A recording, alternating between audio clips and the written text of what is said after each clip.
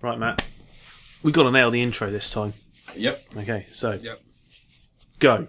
Hello. Welcome to Critapocalypse. This is Matt. I'm here with my friend Ant. We're going to talk about some things. What things? Well, that really depends on what we've done this week, which is usually not very much. Oh, true.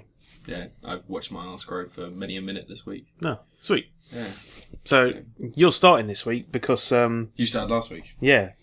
We should clarify, we're mostly reviewing films, games, TV, and randomised stuff. Life in general. Yeah. Yeah, it's all about life, man. Yeah. Oh, God, I want to... I'm going to quickly review Katy Perry's Cheeto costume to what she wore to Halloween.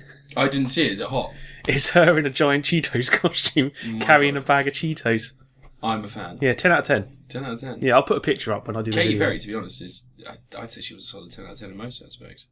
Sexism. The makeup. Anyway, start your reviews. Yeah, so my first review this bi-weekly podcast is going to be Sunset Overdrive. Hell's yeah. Hell's the year. Tony Hawk's gun 'em up with the club. Oh no, it's GTA with attitude. Yeah. Yeah. So Saints Row.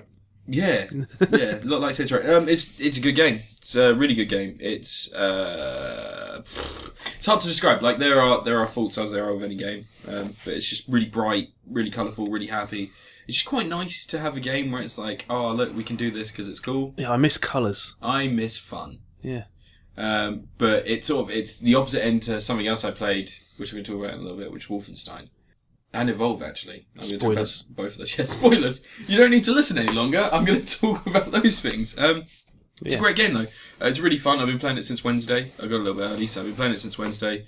All in all, it's really kinetic. It's really great. It's got energy. It kind of feels like I'm playing, like a Kirby game, if Kirby was mixed in with something more violent like GTA. Because it's so bright and it's like visceral and there's loads of stuff going on. It's really cool. It kind of looks to me like Crackdown mixed with Tony Hawk. A little bit like Crackdown. Lots of skates. Less Tony Hawk. It was all the rail grinding. Yeah, like all that stuff. It's really weird. As a game mechanic, it doesn't really work when you're fighting things because there are so many ledges that are only like 4 meters long and you have to grind to try and get your combo up and then you can bounce on some cars and stuff. I've seen people literally grinding to one end, jumping and grinding back again just constantly. Yeah, like there's a lot of that in there. And as a mechanic, I feel like there should have been an option for maybe dodging.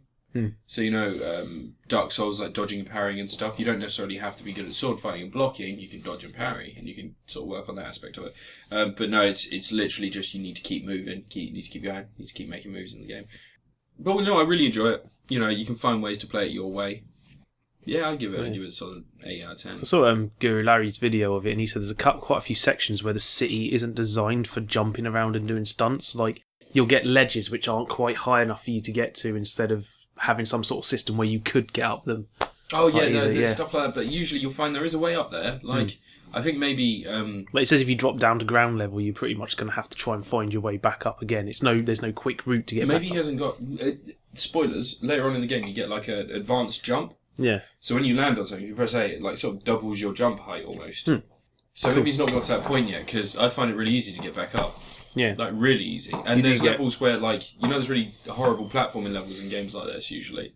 Where you've got to go up and you drop down and you're at the bottom again.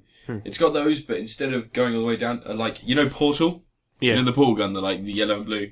All of a sudden the blue portal opens up below you and then an orange one comes above you and you're back at the place you need to be to go up. So it stops you from getting frustrated. I can't stand when games, like, slow you down on purpose. Yeah. There should always be forward momentum. Yeah. But the team behind it, the same people that did Ratchet and Clank and... Insomniac, like Insomniac did what was that? What was that thing with aliens? With, no, not really. Oh, Resistance. Yeah. Resistance. Fall of Man. Yeah, they did that. That was pretty good. Insomniac. They've been around for years, man. They have. I can't remember what they made on PS1, but that's where they started, wasn't it? PS1 was Ratchet and Clank. No, Ratchet and Clank's PS2. Oh, yeah. They've been around for years. What did they make on? Maybe they were a different name then. Probably. They're probably one of the many companies that Sony gutted and destroyed and ended up turning into something else. Trust Sony. Needs to do that. But yeah, what was that score? 8 out of 10. It's solid 8 out of 10. I like it. If you're epileptic, I probably wouldn't recommend it, but if you're not, then you're fine. If you're epileptic, don't laugh into your Pepsi can at the epileptic people. It's a warning. What if you hate the person? I don't hate anyone. An epileptic. Nigel Farage can take a flying fuck off of a short. Is he epileptic? I hope so. Yeah, we should send him a copy. If he is, I'm going to have a fucking rave outside his house and hope he looks out the window. Nigel Farage. Nigel Farage. Twat. 0 out of 10. Yeah. That man needs to be sodomised by a chainsaw. Sweet. We should organise that. How am I going to start this week, then? Well, I don't know, because we've just called to arms against a political candidate. Political candidate, you say political candidate, I say hate group. Yeah, I say hate group as well. Yeah. You know what? No, I'm not even going to go into it. No, we're not going to go into politics. Not on this show. Let's keep it keep it kosher. Fuck that guy. Don't really go kill him, though, because we'll probably get blamed somehow. No, I'm pretty sure they wouldn't be able to find us in amongst all the other death threats that have been sent in. Nigel Gate begins. There's a reason to dislike him. Did that firework outside just spike my... It was either that or your laugh. Yeah, I hissed a little bit as well. We'll find out. Yeah. Right. Speaking of hissing, have you seen the film... No. It's just SSSSS. No. Is that about snakes? It's where a dude goes and works... It's a really weird segue. A dude goes and works for a scientist. And he's like, my last assistant went missing. He's like, what? And he goes, yeah, he went missing. You know, I'm going to keep on the down low. I think he just left. Like, alright, okay, that's fine. Nothing dodgy about that. What are we doing? Working with snakes. Now, before we work with snakes, I'm just going to jab you with this. And like, Alright, what's that? And he goes, stuff. And then he suddenly becomes a snake. Nice. There's a scene where he goes to a like a fun fair, like a freak show, and they've got the mad snake man, and you look at it, just a bloke in like a giant sock, Nice. like a green mask. It's like, and he's like, oh god, what's happening? And like the guy's like, oh, future. That's the film Kevin Smith recently remade as Tusk. I can't wait to see Tusk. Stop bad mouthing the film. Well, wait, we've got a month. Really? Have they got a release date? December, wasn't it? Oh, fuck, come on. Like, America have had it for months. They hated it. I'd love that. Just VOD. Let me buy it. Right. My first review this week, I'm going to start because I always do something comic booky. Arrow and Flash episodes 1. You've seen them both? Yep. Yeah. They're quite alright so far. Flash is a little bit fast moving, but I suppose it's supposed to be because it's Flash. Yeah. But it's doing the same thing that Arrow did, where it's very quick to get him into the suit and get him fighting some sort of crime. Yeah. And already his identity is revealed to one random person outside, isn't it? Yeah. Like the policeman at the end. I did quite like they did that little thing where he goes to see Arrow in like Starling City, and friggin' Stephen Amell doesn't even bother playing Oliver Queen. He just pretty much plays himself, talks in a completely different voice during that scene, and then he's like, cool. Oliver Queen would never say cool. I think Stephen Amell's a bit of a dude. He's alright. Do you watch some of the stuff he does? He looks like he's constantly propped up, like he's got something propped to him, because he never moves his arms when he's playing Oliver Queen. He does that hiss and that breathing and stare. He's like the opposite Brad Pitt, because Brad Pitt's always touching his mouth and eating stuff. Yeah. Doing stuff with his hands. Yeah, Stephen Amell does nothing, and he does lots of breathing in. He's from the Al Pacino school of acting. Take a breath between things to make whatever you're saying sound more important. The Al Pacino school of acting. Yeah. It was Al Pacino in Streetcar Named Desire? Possibly, sure, why not? I can't remember, I never watched it. It's the 50s musical. Suzanne, you don't respect me the way you should. I'm Johnny. It's a terrible film. That's classic, apparently. People say it is. Your mum loves it. Your mum loves it? Yeah, probably. Review. Yeah, let's get your mum in. Get mum involved. Yeah. My mum likes Jeremy Kyle, that doesn't mean I do. Oh, God. Jeremy Kyle, naught. Nautical. But yeah, friggin' Arrow was like, the first episode was kind of all a bit sort of, here's Peter Stormare, he's weird. Love him. Yeah, he should be in more stuff. I like he's playing up his accent, no end. Yeah. But, yeah, that episode was kind of just basically running towards the point of killing Black Canary, wasn't it? It was just like, they wanted to... They didn't foreshadow she it just at all. turns up, yeah, but she just turns up out of nowhere and then she's dead, and that's the point of that episode, was just to distract Arrow for an hour while he's like, I can't really be Oliver Queen. We've already gone over this a million times. You're going to find a balance sooner or later. Yeah. It was a good excuse to introduce Brandon Routh. Love him. No problems with him. He was pretty like suave and flashy. Got a bit of a man crush on Yeah, I want to see how far they go with him. I hope by the end of the series he's shrinking himself, man. What? He's Ray Palmer. He's the Atom. Yeah. He was voiced by, what's his name? Mal from Firefly. Oh, yeah, friggin', yeah, Nathan Fillion. Nathan Fillion. Yeah, he was voiced by Nathan Fillion in an episode. Every nerd's favourite nerd dream. Every nerd's gay favourite crush. Nathan. Except for Drake. Nathan Drake. Who they wanted to be played by Nathan Fillion in the film. Really? Yeah, everyone was like, "Oh yeah, it should be Nathan Fillion." Do you think he'd lose the weight? Because he's put on a lot of weight. He's too old. No. He's not too old. He's like Mark Wahlberg. It's Bradley Cooper, man. I say too old, but Bradley Cooper doesn't look as old as he is. Hey, here's a weird question for you. Do you ever remember Mark Wahlberg being good outside of Boogie Nights? What's that film with Chow Yun-Fat? Replacement Killers? No, that was Mia Savino. Whatever her name is. She was hot. That was cool.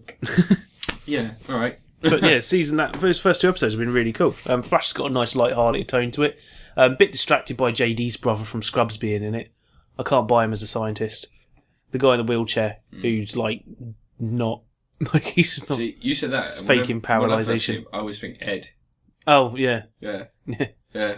I used to like that program. It was on in the morning. He owned a bowling alley and he was a lawyer. That was my dream. Can you imagine? That's the greatest job combination ever. He was in what was that film he was in a while ago? He was mate Yogi Bear. He played the park ranger guy. Oh yeah, and TJ Miller. Yeah. Him and TJ Miller, and it was Justin Timberlake voicing Yogi Bear. He did a good Justin Timberlake did Boo Boo. Boo Boo. He did a really good Boo Boo.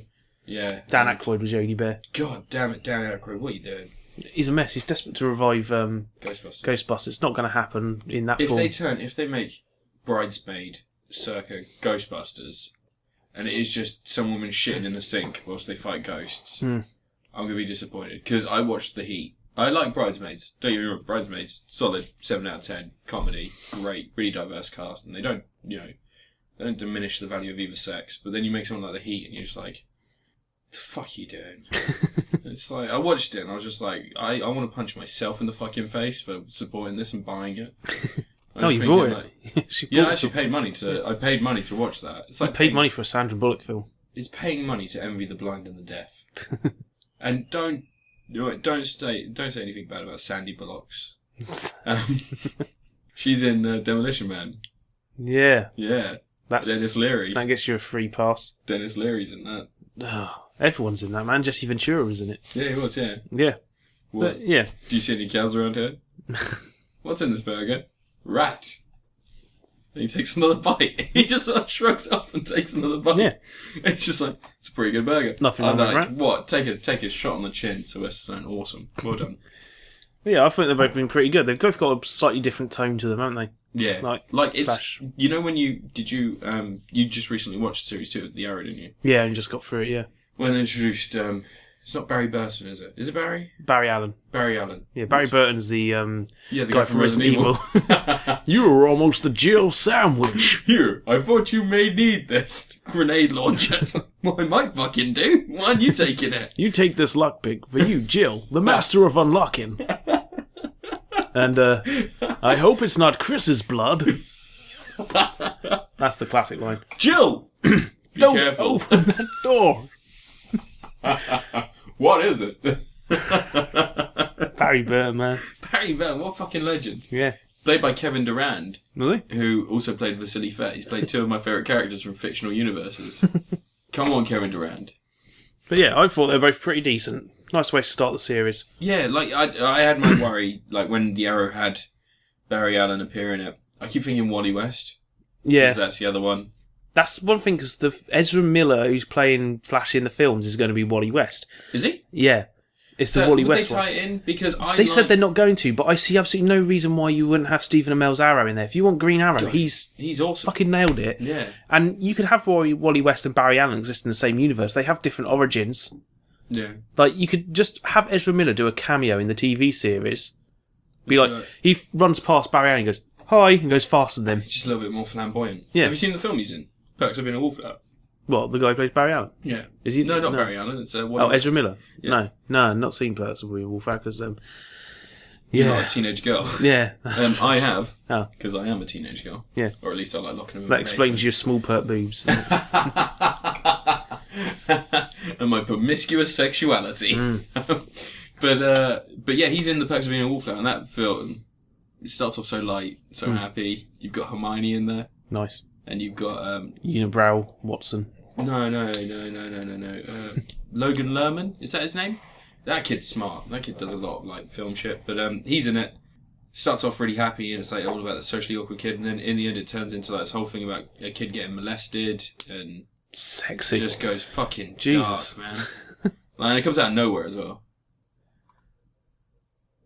That's really weird. The screen just went blank for a second. Yeah. Is it still recording? It went into the... You know when it goes into the low power mode where it just like everything goes blue? Just out of nowhere. By the way, guys, I'm going to now explain what we're doing. Anti-clicking the mouse. I'll just edit this out. You're just going to edit it out? No, don't even do that. Just leave it in there. Fine. Behind the iron What images am I going to put up on YouTube for that? Just like a computer screen on fire. Fair enough. I think I got one loads of binary. Yeah, just do the Matrix. Yeah, just take the clip from the Matrix. Yeah. Have you seen, so Perks of Being the Wallflower just went really dark really quickly. But the Arrow, when they had Barry Allen, I'm going to keep to this point this time. I'm not going to disappear. Yeah. Oh, shit, I'm hungover. Barry Allen, and he's like, hey, I'm always late for things. And I was like, oh, this is getting too cutesy. Oh, yeah. The Arrow. It's getting a bit too cutesy. Come on. Pull it back. Rein it in. But it works. It works because you've got two different heroes and they're two different environments. Like Barry is trying to save people and he's not looking at the underbelly. Whilst you've got Arrow who's looking at the proper underbelly of crime. He's like, Flash isn't going to have to deal with Peter Stormare anytime soon. No, and even if he did, it'd just be punch him in the face, really fast. That's what I don't understand. You know, you haven't seen the second episode, have you? No, what Flash? No, no, it's on this week, isn't it? Yeah. Because every villain's going to have to be superpowered for him. No. He can't deal with regular people. Flash would destroy them. Unless they got lots of tripwires. No, because you've got people like... one of the villains that's coming in, played by the guy from Prison Break, is... Captain Cold, isn't he? Captain Cold. Yeah, but that's still... He's got a power or something. He's got a gun. Yeah, he's got his freeze ray. Yeah, but if Barry Allen's as fast as he seems to be... Because he leaves... This is really inconsistent for the series, actually. He has to slow down to punch someone in the face. Have you noticed this? That he goes to one side, he punches him in the face, and he just runs around and punches him in the other side of the face. Full speed, the head would come off. Yeah. Well, he doesn't want to do that. Well, no, then don't do that. Just like, I don't know, like body Superman check being careful all the time. Superman can't hit Lex Luthor as hard as he wants to. That frigate in Justice League, when Lex Luthor superpowered himself up and Superman was like, oh, I can punch you as hard as I like now. Get ready for this. Right. I don't remember that. It's at the end of Justice League Unlimited. It was awesome. When Lex Luthor was controlled by Brainiac and had super strength. Yeah, that was awesome. But no, they did make him a little bit cutesy when he was in Arrow and all this sort of stuff. I've been trying to figure out the timeline. Because in Arrow, when he got back to when he got back to wherever he's from, Central City, he was saying that he hadn't long got back and all this sort of stuff, and then, all the thing going wrong with the Star Labs. But in Flash, he got back, helped him partially solve a crime, went to the venue to watch the park accelerator be switched on, stopped a robber, and then got back to his office thing and got hit by the lightning. Like, a lot happened in that time that he said he only just got back to Starling City in time. Yeah, like that 24 hours, it must have been pretty busy. Yeah, very busy. I imagine he was very tired. Do you think that's what the coma was? He wasn't really in a coma, he was still in a nap for like a week. He's faking it. Faking a coma. That's a controversial stance to take on anything. Michael Myers does it all the time, man. No, don't ruin our ending. That's the big finale, as we're going to talk about Halloween. Arrow and Flash, episodes 1 of each series, they've been pretty solid. Yeah. There's a lot of predictable dilemmas coming up in Flash, I seem to find. Like, it's all a lot of, Diggle, you can't go out on the streets right now, and all this sort of stuff. Baby. And then Felicity Smoke, it's like, remember that time when I told you that I loved you, but really it was just to get Deathstroke to hear us say that, and then he would come and, kidnap you, but now it's a thing that I actually feel. Because, it's been a few months. She's pretty bangable. Yeah. That's believable just based on her look. She's very attractive lady. Yeah. I don't like that picture I just saw of her looking like she's come off the set of Hackers. With the black hair and the neon lights. Hackers. Yeah, there's a film I should watch sometime. So I should cover that on Film Dump. No, you should just... Fucking Fisher Stevens. That film's awesome, man. It's terrible. Matthew Lillard, friggin' Angela Jolie. Oh, it's a classic. Fisher Stevens is a legend. This is making my hangover worse. Yeah. Well, Arrow and Flash. That's random numbers for them. Yeah, I'd say a solid 72, and the other one, I don't know, 69. 12 and... 69. It's the only dinner for two. Yeah. All right. Your next review. Is it my next? Yeah, your number 2. That wasn't 2 reviews, that was just 1. Just drop your number 2 on us. Hot Stephen Parler, number 2, coming at you. Send the sentence there. Okay. Cleopatra. I'm going to do Evolve because I can talk about Wolfenstein. Yeah, I'm going to play that later tonight. You play it later tonight? Yeah. Right. I won't spoil it for you. It's a game. It's Monster Hunter with guns. It's not. Are you hunting a monster? Alright, so I played Evolve. I was super excited about Evolve. I love Left 4 Dead 1 and 2. Like, they're repetitive, but fuck, are they good? They're exciting, they're fun games. Get me online with 4 people and I'll die in 5 seconds, but I'll witty it up. I'll make some witticisms and I'll throw some explosives in the wrong area of the fucking whole place. But great games. And then Evolve, it was hyped up a lot. IGN did that thing where they released each of the monsters. They were like, "Oh, check out this new monster," and I was like, "All right, I'm into this. Let's do this." We don't know how the monster works. Yeah, it's massive though. We haven't played the gameplay yet. How do we interpret what the monster's going to work like? But the way that I imagined it working was you'd start off. Did you ever play Spore? Oh yeah, You'd start off not as a cell, but you'd start off as a smaller creature, like a tiny little thing. You get bacterium and all that, and then grow legs. You eat like animals in the environment, depending then on you what make a animals penis you monster. eat. Yeah, depending on what animals you eat, your stats would change. Yeah, and then you would evolve, and you'd go like into a pupal state, and you'd be sitting there. It'd essentially be a half-hour game. Every online game would be half an hour.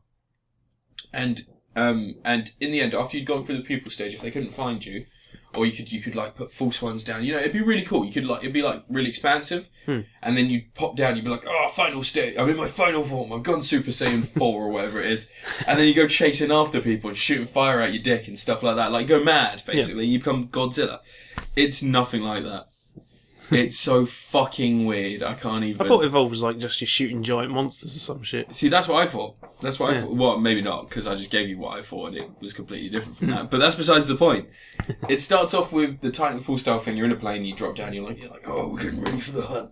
And like you got all these people, they're like stereotypical. Everyone's doing those drop-in things now. I don't know. What Medal of Honor Airborne did it first? Yeah, it just means you don't have to have spawn locations, doesn't it? Yeah. It's a bit of a cheat.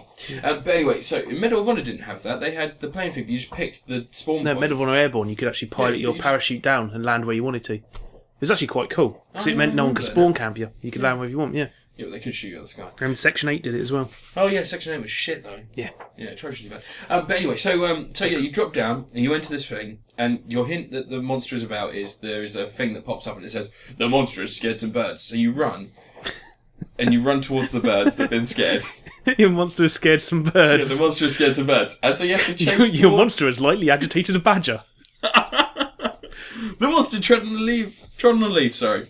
So you run towards this thing, and it like gives you like a meter marker, you're like 150 metres away, like you dash it over there, but you are never fast enough for you to get there in time to see the monster, because 5 seconds later, it'll agitate some more birds on the other end of the map. And you'll be like, "Oh, it's 175 metres away." The thing's just so fucking fast. And like, I shot at it. I was this guy with this massive chain gun thing. I think he's the hunter. Yeah, I've chosen support as my starting class, but I couldn't get a game going last night. The menu was nice though. It ran 60 frames per second. I was quite pleased with that. Oh, it's a menu. It doesn't do anything. It's just like my 60 frames of the option If bar. I have the frame counter switched on Shadowplay, it comes up in Spotify. Certain songs will run at 3 frames per second, I find, but there's some songs, like I was listening to Mastodon last night and it came up at 0 frames per second. Wasn't impressed. Dropping in Mastodon. You just you chase it. It's like Where's Wally the game? You're just trying to fucking find this thing. If Where's Wally was a first-person shooter, it was awesome. It was a first-person shooter that involved murder and hunting. But it's really fucking irritating. Like I said, like I had hopes. Like I should have probably watched some more gameplay videos before I started, but I hate doing that. Yeah, I'm cutting myself out of previews these days. I'll watch a trailer, but I won't watch all this shit much about else, journalism right now that's going on, and how a certain group of twats and cunts are saying that it's not about game journalism. It's 11 dislikes. I always have to get them in there. But like, certain twats say it's not about ethics and it's about ethics in games journalism. Just don't read games journalism. You just give me an excuse to post my Michael Myers picture. I'm so irritated. I'm cutting previews because they're just so much lies now. And even when you have the previews that are written by people, they're tainted by the fact that they're going to be at some sort of venue held by the publishers who are going to be massaging their egos. And see, when I worked in video game QA on Battlefield Bad Company, we would play against journalists, and we were always told to play badly on purpose so they would feel empowered and feel really good about themselves. So you'd have to play. So you're basically manipulating what the preview's going to be, because they'll feel like, "Oh, this game's really balanced. We've had a lot of fun." When really we've let them win. Like we've made them feel like they're making progress. Like I would literally spin on the spot instead of fighting the journos. But I could never do that. I could never lie to them. But it's so fucking weird. If they had some more structure to it, so if it was like the things you ate and the things you ate, if you could catch the monster before a certain time, you could just kill it. If they did that, can you lure them out and stuff like that, or pardon? Can you lure them out? Yeah, you can do it. And you got like this portable arena that you can place down and then like get stuck in there. Yeah. And you can fight it in there and that reduces it a little bit, but it can climb everything. So it's just like, it's on the So there's no like Monster Hunter-esque system where you like have to do certain things to get monsters to appear? No, it's just it's controlled by a player, so it just runs around. So it's just team hunting. Because one player gets to be the monster, don't they? And they can run around. Essentially, it's like what is the Jean-Claude Van Damme film where he gets hunted? All of them. No, Hard Target. It's like Hard Target the game. Hard Target? Yeah, it's got Arnold Vosloo in it. Yeah, Lance Henriksen, yeah. Great John fun. Woo's classic. Right now, shut up. Yeah, It's I great freaking know Hard Target. He chucks a grenade down for Lance Henriksen's pants. No, it's Arnold Vosloo. No, it is Lance Henriksen, Yeah, isn't it? yeah, then does his roundhouse kick to knock him backwards and he falls backwards and goes and then blows up from his pants. I don't know what kind of pants he was wearing, but mine don't have like a little basket for grenades in there. Do you think they were just really tight? No, he actually shoved them down his underwear. Oh, really? Yeah, he got them in the pouch. Tighty whities. Yeah, tighty whities, yeah. But yeah, no, Evolve, just a confusing fucking puddle of mess. Yeah, my mate Luke said, meh. That was his review of it. I really wanted to like it. I probably will still buy the full thing, but I'm going to wait until it goes down. I'm going to play it tonight and I'll record footage to chuck over this. Yeah. I'm going to have to record about 10 minutes of footage. So is that how long we've been talking about this? Yeah. Well, amongst other things. But but that's what I'm going to roughly do. I'll chuck it on there. I'll see what it's like. And Don't tell us all your secrets, then. No. People will copy us then. Editing. But yeah, so what was your score for Evolve Beta Alpha so far? I don't even have a score for it because I'm just so fucking confused as to what I was playing. Do you reckon they could do stuff to tighten it up and make it... Yeah, like I said, just have like... Because they call this an alpha and it's not an alpha. Start off as a smaller creature and then eat creatures within the environment. Depending on what creatures you eat and how your stats are affected, you should become one of the 3 or however many monsters they're going to be in the final edit. Oh, yeah, you so have to pick your... you can be like a kraken if you eat a lot of birds. And you have to pick a monster from the start then? No, it just picks one randomly depending on the environment. But like, just imagine that, like, if you eat more birds, you get the ability to fly. But you've got a lower amount of attack damage, but you've got a higher health and you can fly. Yeah. Like, imagine that just mixes it up and it just keeps it fresh. So each game, you're not fighting the same fucking monster. Yeah. I mean, it's the same model. You could even mess with the opponents, couldn't you, by starting off building towards a strength thing and then eating birds so you're flying strength monsters. And imagine how they could do it. They could corral creatures in certain areas. So you could have certain creatures would be in certain environments and you'd have to make sure you get rid of the higher level targets, so the better creatures, so that it can't evolve to be this... Yeah. That would be great. That'd be fantastic. Why aren't we making games? I was going to make a game once, but I got very lazy. I drink far too much. Yeah, that's good reasons. Shit. Good reasons. Right. So you haven't got a score for that. Yeah, it's the alpha though, isn't it? So it's not complete. I don't give. There's no fucking excuse. It's not really an alpha. I can tell you that. Even it's not because it's going to be out in a month. If it's an alpha, you wouldn't even get the game started 90% of the time. I can assure you. Do you remember that. DayZ when it was an alpha? That was never an actual alpha. That would be a beta. You reckon? Could you play it and go through a scenario from start to finish? No. Like, would it crash? Like, you get trapped indoors. Yeah, but would it actually work? Would you actually be able to play for a certain amount of times and hit an end game scenario? I don't expect there to be a menu if it's just an alpha, do you? No, alpha would have a menu of some kind, but the definition of an alpha to beta, a game is... Alpha is when it's still in the stage where they're just putting things in there. Yeah. A beta is when it's technically possible, even if you have to use some way of skipping past things, to skip levels or all this sort of stuff, but it'd be possible to experience each level from start to finish. It may crash part way through and stuff like this, but it would be technically possible to finish each section. So if you could start a game and hit an end game scenario, that is it's beta stage by then. Okay. So yeah. When is it released? Evolve, like March next year, something like that. Really? They don't really have long, but I'd like them to fix those. Put those things I said in. Yeah. Do that. Rework the entire game. Hire Make me. this the Huxley of this generation. Hire me, and I will help you out. Like, I'll do it pro bono. Just give me a copy of the game. Oh shit! If you can get me a copy of the game, I'll review it higher. Yeah, for the Xbox One, please. Yeah, send us a review copy. Yeah, send us review copies. We'll do some paid advertisement. Paid promotion. We'll link this to their Twitter. I'll separate it. We'll put it up there. We'll ask them for a paid-for promotion deal. We can be like all those top YouTube stars, like Game Grumps and all that. We'll disclose at the start. Don't worry. We're ethical and shit. Because we'd have to be ethical though, because we're not women. We'd have to worry about repercussions. Well, we don't have to take the death and rape threats quite so seriously because we're stronger than all of them. I invite them. That doesn't make it... Jesus, that's how you fight them! Because if you say, I'll take it, then it's not rape anymore, and then they don't get interested. Yeah, exactly. I just challenge every one of them to a fight. Anyone who feels like a woman deserves to get that kind of treatment... Come at me, bro. Come at me. Yeah. I won't have a weapon. I will just be oiled up and wearing a pair of Russian underpants. Your weapon will be your boner. Just charge at them. Beat your face with my boner. Like at the end of Serbian film. There's a beautiful film. Have you seen Serbian film? Yes. Where he kills a guy with his erection. Oh, no, it's not even that. It's the ending. Where he's just like, oh, I've been here before. Oh, it's my son. Anyway, my next review, I'm going to review a classic film. Possibly one of the greatest works of cinema of all time. Oh, wait, no, I'm wrong. It's called Slugs. You've seen Slugs. I like Slugs. Slugs is a classic. Slugs. I kind of love it. It's not a good film. All right, now, calm down. I can totally understand if everyone loves this film as like one of those so bad it's good movies. No, it's just a good film. Stop picking on this movie. Did you know, I picked up on this when I was watching it. One of my guy I was talking to on Twitter, who's quite a horror fan, he was the one who told me first get Slugs when I was on there when I was looking for films for Horror Month about a month ago. Everyone's told me about Slugs, but when I was looking through stuff for Horror Week, I put a shout on Twitter saying what film should I do? Yeah. And one guy came back to me with Society, Slugs, and Halloween. I said, well, I've already done Halloween. I've already just ordered Society, so yeah, Slugs. That was once tricky on Twitter. Thanks for recommending. But he recommended that to me, and he said, have you got a copy where the audio is perfectly in sync? Because whenever I see it, it never seems to be in sync. ADR. And I was like, no, it's in sync. It's just that it's done in ADR. Do you know why that is? Why? Half the film was shot in Spain. Like they basically director makes sense now. Yeah, the director basically shot pretty much everything without the American actors that were there. You know, the lead two guys. Yeah. And a bunch of other stuff and the like because you know the lead guy's got the Spanish wife who's called Concha something other. It's the guy in the thing. The guy gets killed in the toilet. Yeah, who's blatantly completely overdone. Yeah. But none of them can speak proper English, so they shot it all. And it's this is what I like about it.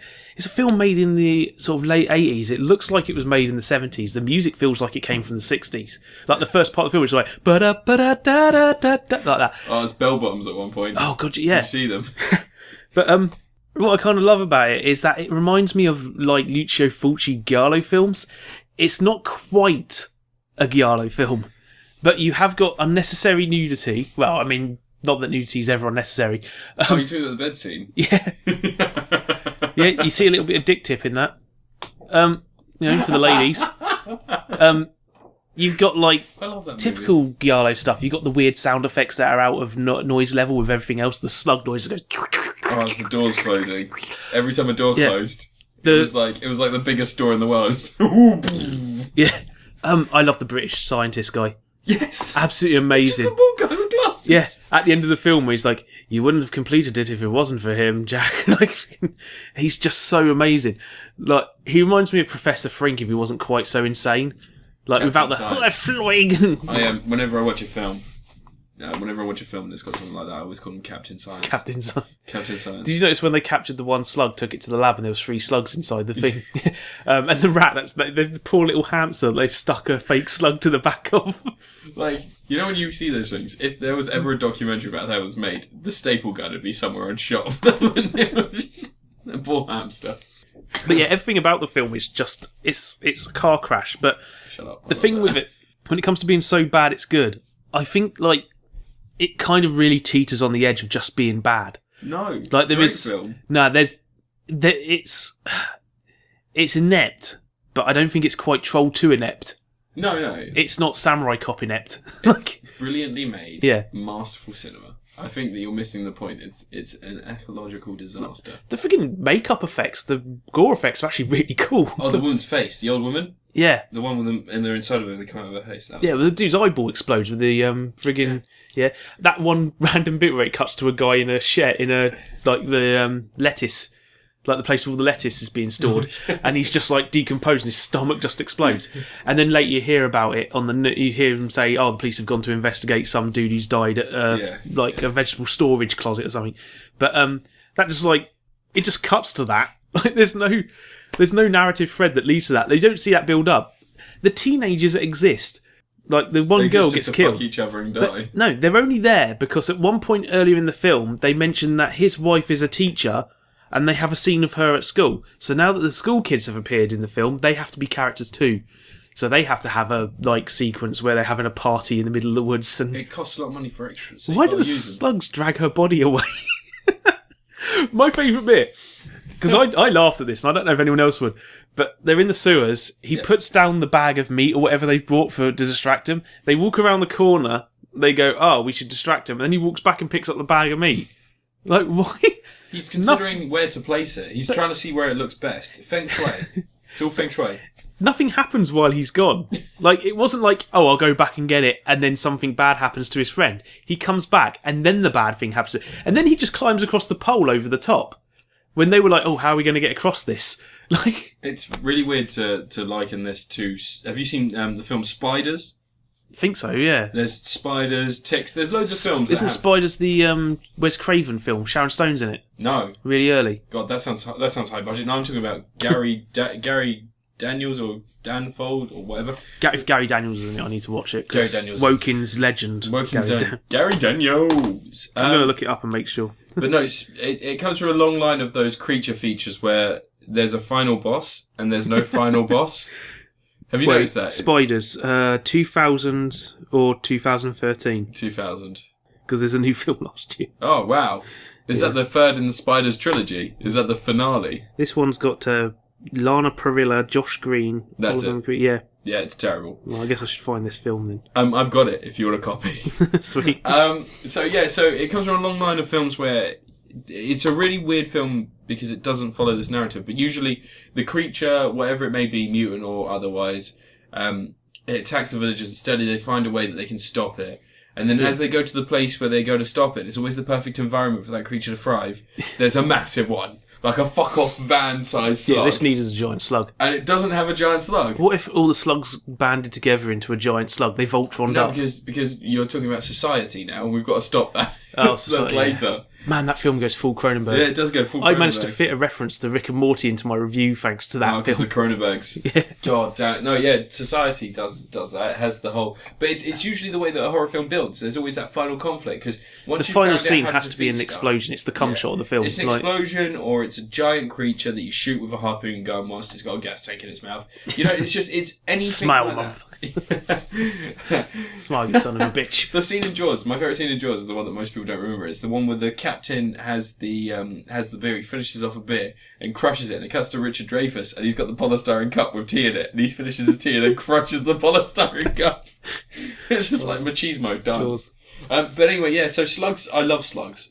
I love all the creature features. Like, no matter how bad they are, spiders, ticks, you've got things like... I hate the ones that are trying really desperately to be bad when they're trying on purpose. Yeah, to but be even schlocky. then there's something lovable about them, because they've always got to have this collection of animals that have no rhyme or reason. Like, I can't stand Sharknado. I'm not going to... I don't know Sharknado. Fuck that, because that's bad on purpose. And I'm not too keen on watching Big Ass Spider, because that kind of looks like... I've watched that and it's not great. No, exactly. But Eight-Legged Freaks is a friggin' enjoyable film. Eight-Legged Freaks. Yeah. Eight-Legged Freaks was so knowingly weird. Yeah. It justified David Arquette's existence. Oh, yeah. Yeah. Dougie Doug's in it. Scarlett Johansson. Dougie Doug. Yeah, he's the guy from... me. Yeah, he's the guy... He's in... Is he... No, he's not in Scooby-Doo. He's in House. Hey, here's a weird thing for House you. Party. I got Dougie Doug mixed up with the guy from Scooby-Doo. You remember the first Scooby-Doo film? Yeah. Do you remember the black guy that's in the hut? Yeah. On the beach, and he tells them the whole plot? Yeah. He's the same guy from Return of the Living Dead. The one in the weird khaki vest and camo pants with a massive, like Brillo cream, hairdo, and it's awesome. I saw that and I was like, oh... Really bad parenting on my parents' behalf for the fact that I saw Return of the Living Dead before I saw Scooby-Doo in 2002. But it still wasn't that long ago. Jesus, I was watching those films when I was a little kid. But yeah, no. When it comes to slugs, I love it. It's just so fucking batshit insane. Yeah. And they don't make enough films like that anymore because it had a budget. It had quite a good budget for the... Yeah, they made a little slug with teeth. Yeah. They invented a creature that doesn't exist. Do you think they just took some licorice, just mushed it together and split it at the front? I just can't imagine because that's a real finger going into it. Yeah. That it chose to buy. They had to make a tiny little puppet to do that, and it's too big to be. Its mouth opens, and they had to make a tiny little mechanism to make this puppet open its mouth. Yeah. Or did they use a perspective shot? Did they use forced perspective? I think you're elevating slugs to a point where I'm starting. Was the finger right in front of the camera, and the slug was actually slugs quite doesn't large? trick me. It's all real. It's a documentary. Oh yeah, they used a lot of slugs. They killed a lot of slugs. Alfonso Ribeiro died in the film Ticks. It wasn't a film. It was a documentary. It's Seth Green saved the day, and Alfonso Ribeiro was killed by a slug. Tick. So yeah, Slugs. I don't know I'm not going to give it a score. Should I give it a score? You can't give it a score, can you? No, because it's too good. It doesn't need a score. Just give it all your time. It's not a film like... I don't think I'm going to ever love it as much as I love like Troll 2 or friggin' like Ninja Terminator, which is one of my favourite bad movies of all time. See, I prefer it. But see, my problem is that I like having... You know when you've got a human protagonist and you're like, oh, I know what he's going to do.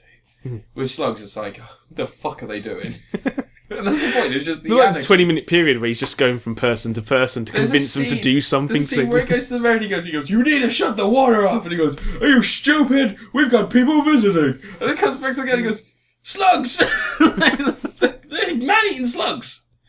And where anyone else would go, oh God, has he got evidence? He just goes like, no, there's visitors coming. It's like your grandparents when you're playing in the mud. It's like, I don't want to clean. I'm just going to go out in the mud. No, I don't listen to reason right now. Go and clean. It's a beautiful film, though. I'm going to give it 11 billion. Billions and billions. Yeah, all the billions. They can have all the points. Yeah. Right. Your review. All right. I'm going out of sequential order here. Yeah, I always do. Yeah, I don't really have an order most of the time. Okay, I'm going to do Volgarr the Barbarian. I don't know. Free on Xbox One right now. Free on Xbox One right now. So, Volgarr the Barbarian is essentially a Mega Drive game, not made as well. You know how back in the day when they made Mega Drive games, they made stuff like Shakan the Forever Man, and they did everything they could with that technology. When you dial back what you can do with technology to make something that looks like one of those games, it's just like, can you imagine what would happen if these people didn't go, all right, it's an 8-bit game. Let's have mechanics outside of the 8-bit genre, though. Let's go a bit nuts. And you get something like Binding of Isaac, which is great, which is it's Shovel Knight. Shovel Knight. Doing all sorts of stuff you wouldn't be able to do on old consoles. Exactly. And then you get something like this and it just... like, it was free, so I can't really complain too much. Well, I can. Fuck you. It's a product. But, like, it's becoming less and less sort of necessary to have Xbox Live. Now that, you've got so many different options for playing games. Like, you play on PC for when they're offering up games that are like 5-6 years old as your free game. Like... It's not even that. It's just when they're offering games that are new indie games. And I understand, I respect the developer, but not everyone is going to like this. In fact, very few people will like this. Yeah. You should do something that's going to give you, that boost. It's going to make people go, oh, I really want to play this. Like, I think it's better to put out underrated games that people maybe skipped past. Like, put out something that's at least... Dungeon Defenders they did a little while ago. A lot of people skipped past that on Xbox. It's actually quite decent. Great game. Yeah, I enjoyed the shit out of it. But when it comes to the Xbox One, especially when it's like this flagship system, the people that you're currently catering for are people that are willing to invest in your technology early. Yeah. They're willing to believe the promises that you make in those adverts. And for that first year, it's only going to be those dedicated people that actually do that. Yeah. And you're fucking us. Like, you're literally taking our money and going, ha, that goes in the swag bag and you can have this napkin. You have this little Have you seen what they've roll. done to Xbox Live Rewards recently? No. And they've geared it completely against just being a loyal customer and made it more about how much you spend. Like, you know how they had the thing where, no. Like, Xbox Live Rewards quite cool. Like, you earn points for whatever you do. Like, if you answer a survey, you get 250 Microsoft points. You get, like, their point scale. Then you can trade those points for money on your system. There's too many currencies in the world. Yeah. But this is like... They had a thing on there a while ago where, depending on how many achievement points you'd get a percentage back of what you bought every month. Okay. So let's say you had, like, over 60,000 achievement points. You'd get, like, 5% of whatever you've purchased back the next month. It's nice enough because it means if you spent 10 quid, you've got like 50p chucked on your balance or something. Yeah. They've got rid of that now, and what they've done is that if you've got over 60,000 points, you can get that 5%, but you have to spend a certain amount to get it. So you need to spend like 40 quid or whatever to get it. I complained a whole bunch of times whenever they gave feedback about like how it was all download like 6 new games off in Xbox Games on Demand. So they're asking you to spend like 200 quid to get a 5 quid bonus. And it's entirely built around that now, about paying. And they need to reward the loyalty. Like, I've hit... My Xbox Live account is one of the oldest Xbox Live accounts there is. And... Because you're old man. Yeah, but I was on the beta for the original Xbox Gold, when it first started on the original Xbox. Oh, yeah. Like, I've gone through 2 systems, and I could be on a third now if I had an Xbox One. But when I hit the 10-year anniversary, they gave me a gamer pick. A friend of mine in America got one of those Xbox friggin' One consoles. Oh, the grey one. one. Yeah. and he didn't want it. He was like, I don't want it. When the Xbox 360, But we're UK customers. We get fucked. Yeah, we get nothing. Yeah. Well, that's it. Like, I don't know if anyone knows how currency works, but when you go to a different country, they have different monies, and those different monies are worth different values. So when we buy an iPad and it's £399, it's not the same as $399. In fact, it is 1/3 less of that. And it's a fucking piss take that we're spending more money on games that cost you less, especially digital games. Microsoft, you fucking idiots. Do you not know how currency works? $59.99 for any new game is ridiculous. $59.99. EA do it on Origin as well. Yeah, but think of it this way, right? You're not fucking paying for a disc. You're not paying for some paper, and you're not paying for some plastic. You're not paying for packaging. You're not paying for any delivery. We're not paying to remove stuff from their shelf.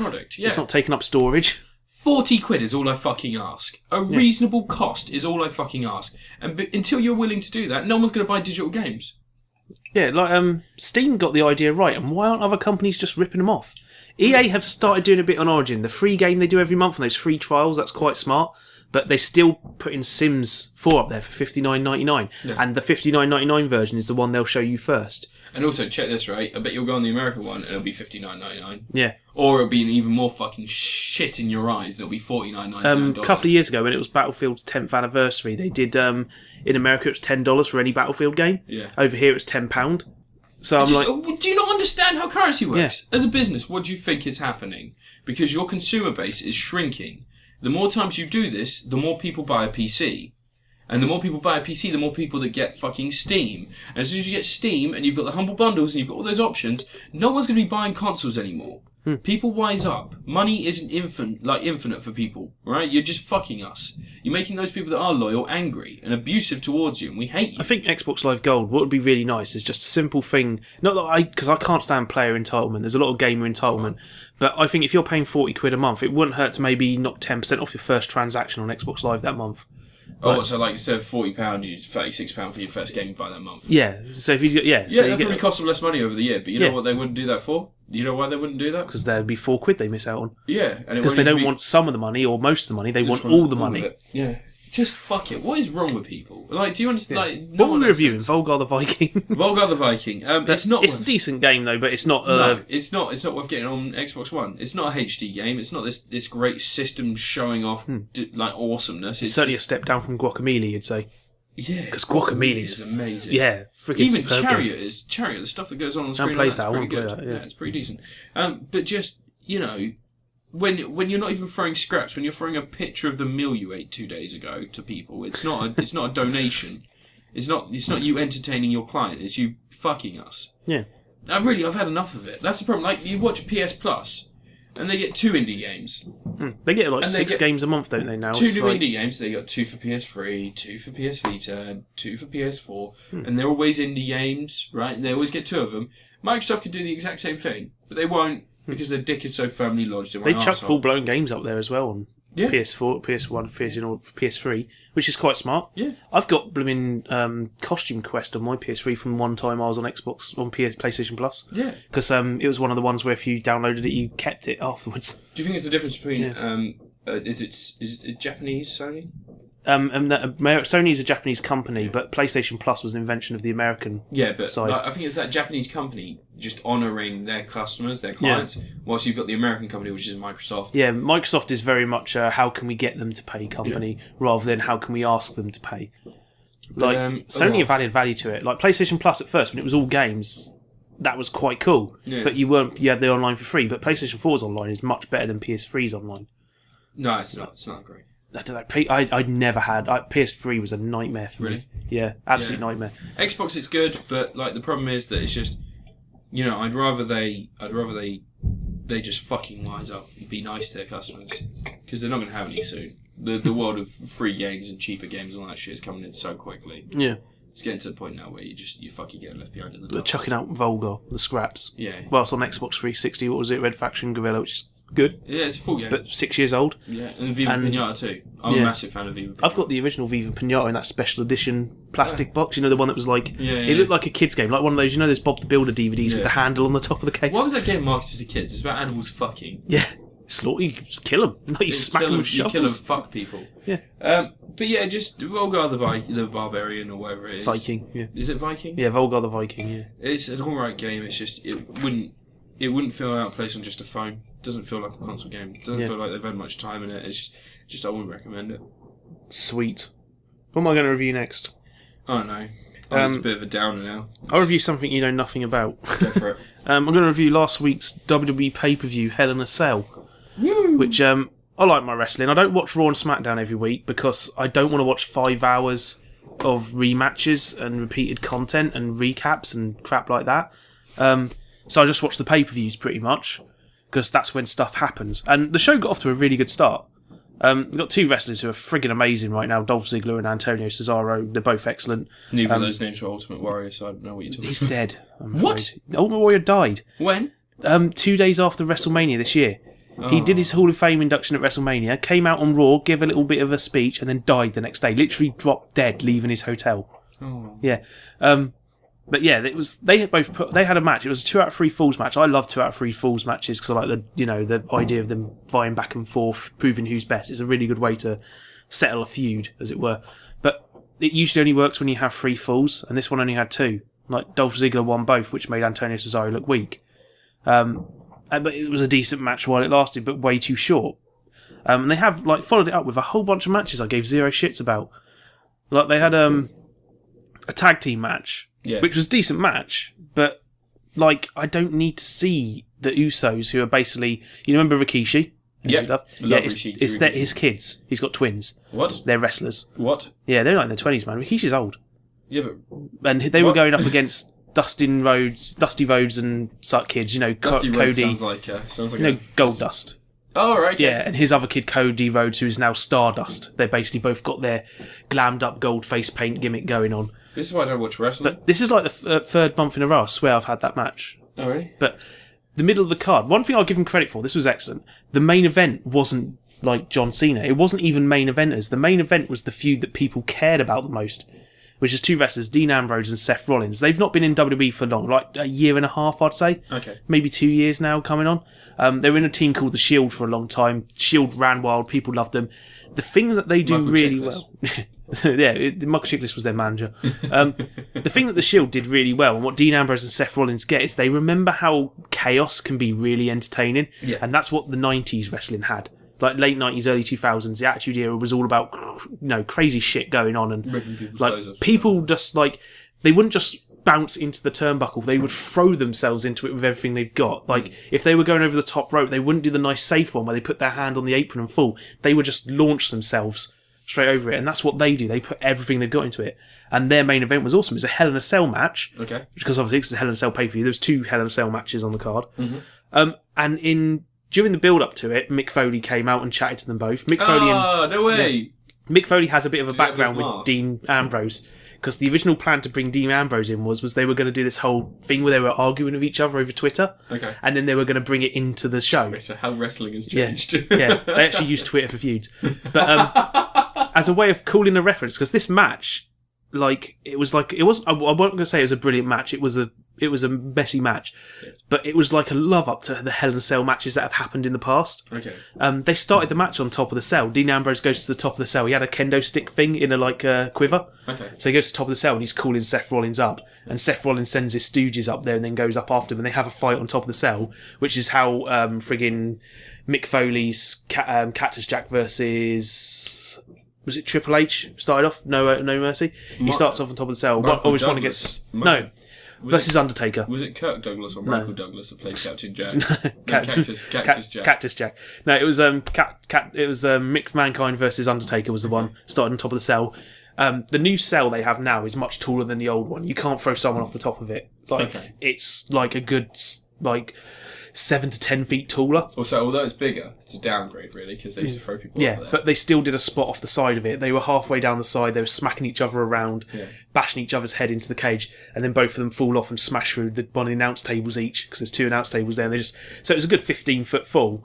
And then they did the whole spot from that classic Hell in a Cell match where one of them's on the stretcher, the other one gets off, runs over, and pounds the shit out of him, drags him off the stretcher, and they carry on the fight. They did all the table spots, throwing them through the table that's rested up against the inside of the cage. They did all these little things. It even ended the same way the first Hell in a Cell match ended, with the lights going out and someone invading, which kind of robs you of a feud conclusion, Like, because all I'm not invested enough, No. so I don't really mind. But I would it see was- it. Sounds entertaining. But the whole match was a love up to Hell in Cells. By contrast, the midway through the event, like they always have a 9 o'clock main event. Yeah. So they always like this. They have a big match an hour into the show, another big match at the end. Okay. The 9 o'clock main event was John Cena versus Randy Orton in a Hell in a Cell match. Awesome. Which you generally think would be the main event. Yeah. There isn't right now because Brock Lesnar's world champion and he doesn't do TV too often. He turns up like once every few months. The world champion's barely in the company. Brock Lesnar. Yeah. He's a scary man. Yeah, terrifying. But I'd like to try and fight him, but I would lose miserably. You know, like I'd like you'd to die.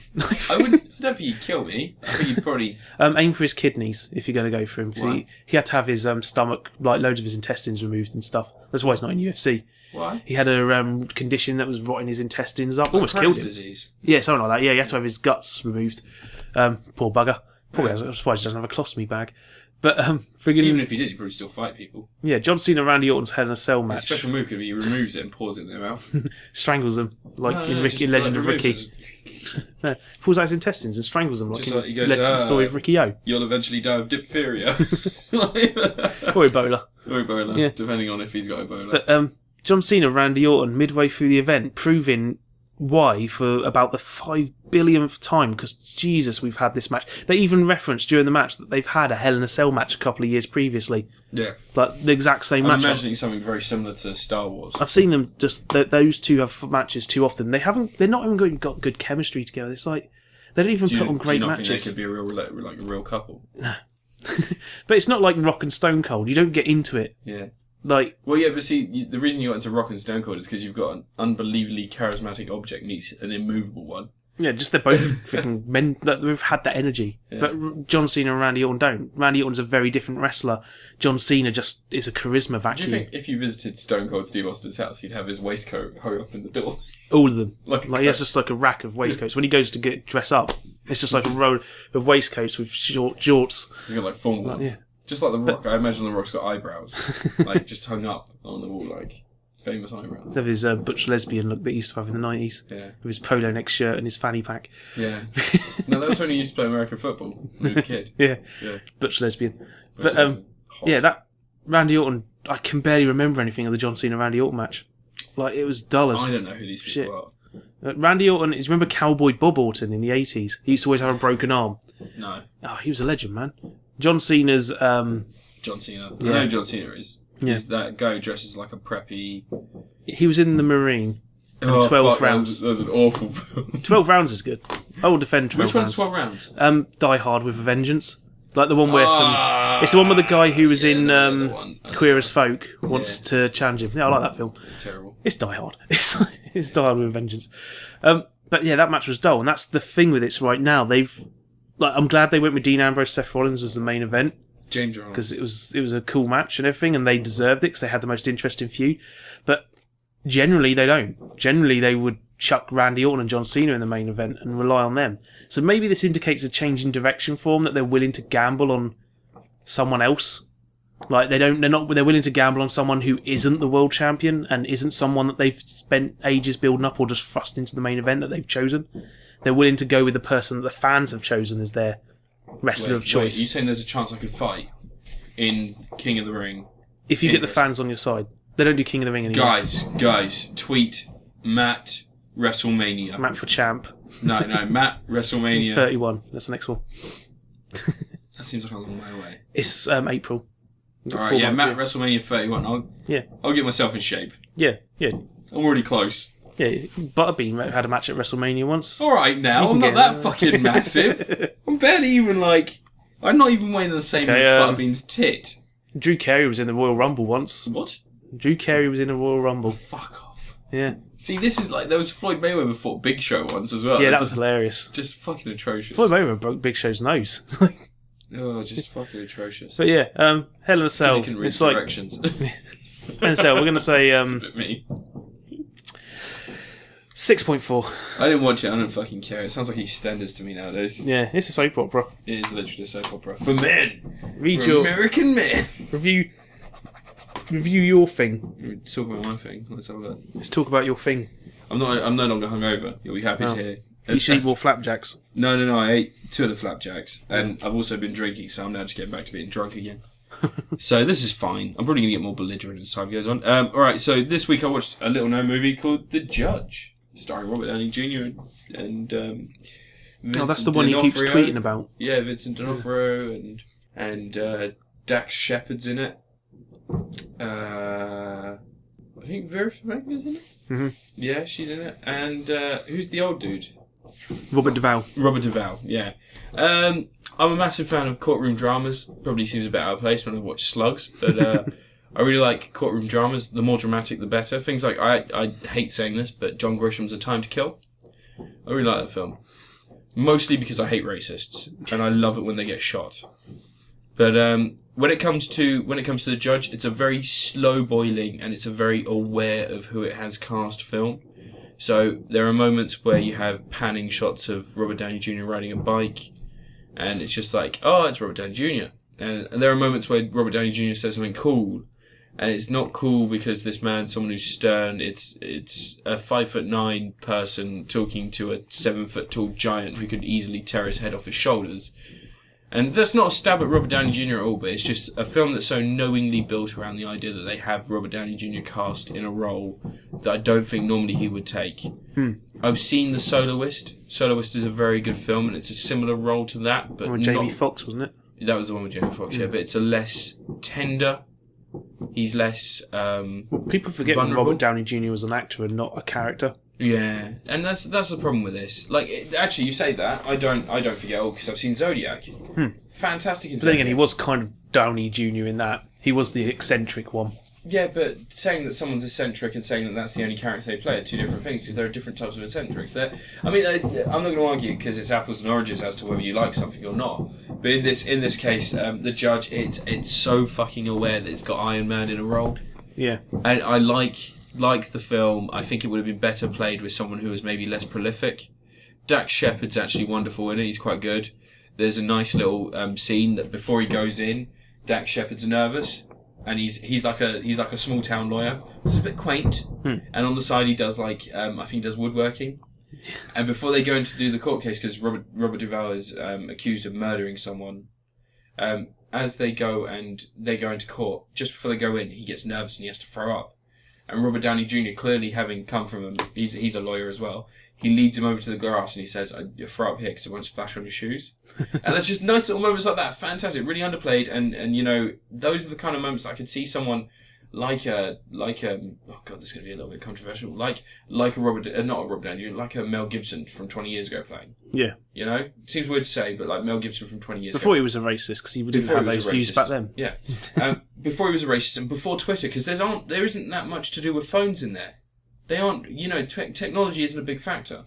This could have been done in like the 50s and it would still be an interesting story. It'd still be the same sort of thing. Is it as good as My Cousin Vinny, the greatest courtroom drama? Holy shit, no! But then My Cousin Vinny loses like 5 points because it doesn't have a crane kick. Ralph Macchio doesn't kick the defendant in the face.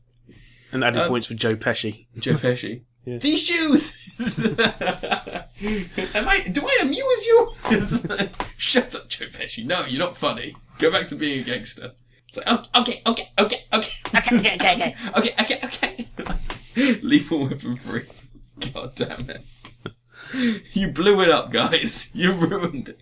But yeah, no, I give The Judge, it's a solid film. It's a solid film. 6 out of 10. It's just, I wish it was just so much more than it is. And I think that they thought they could make it more than it is by throwing a big star in there.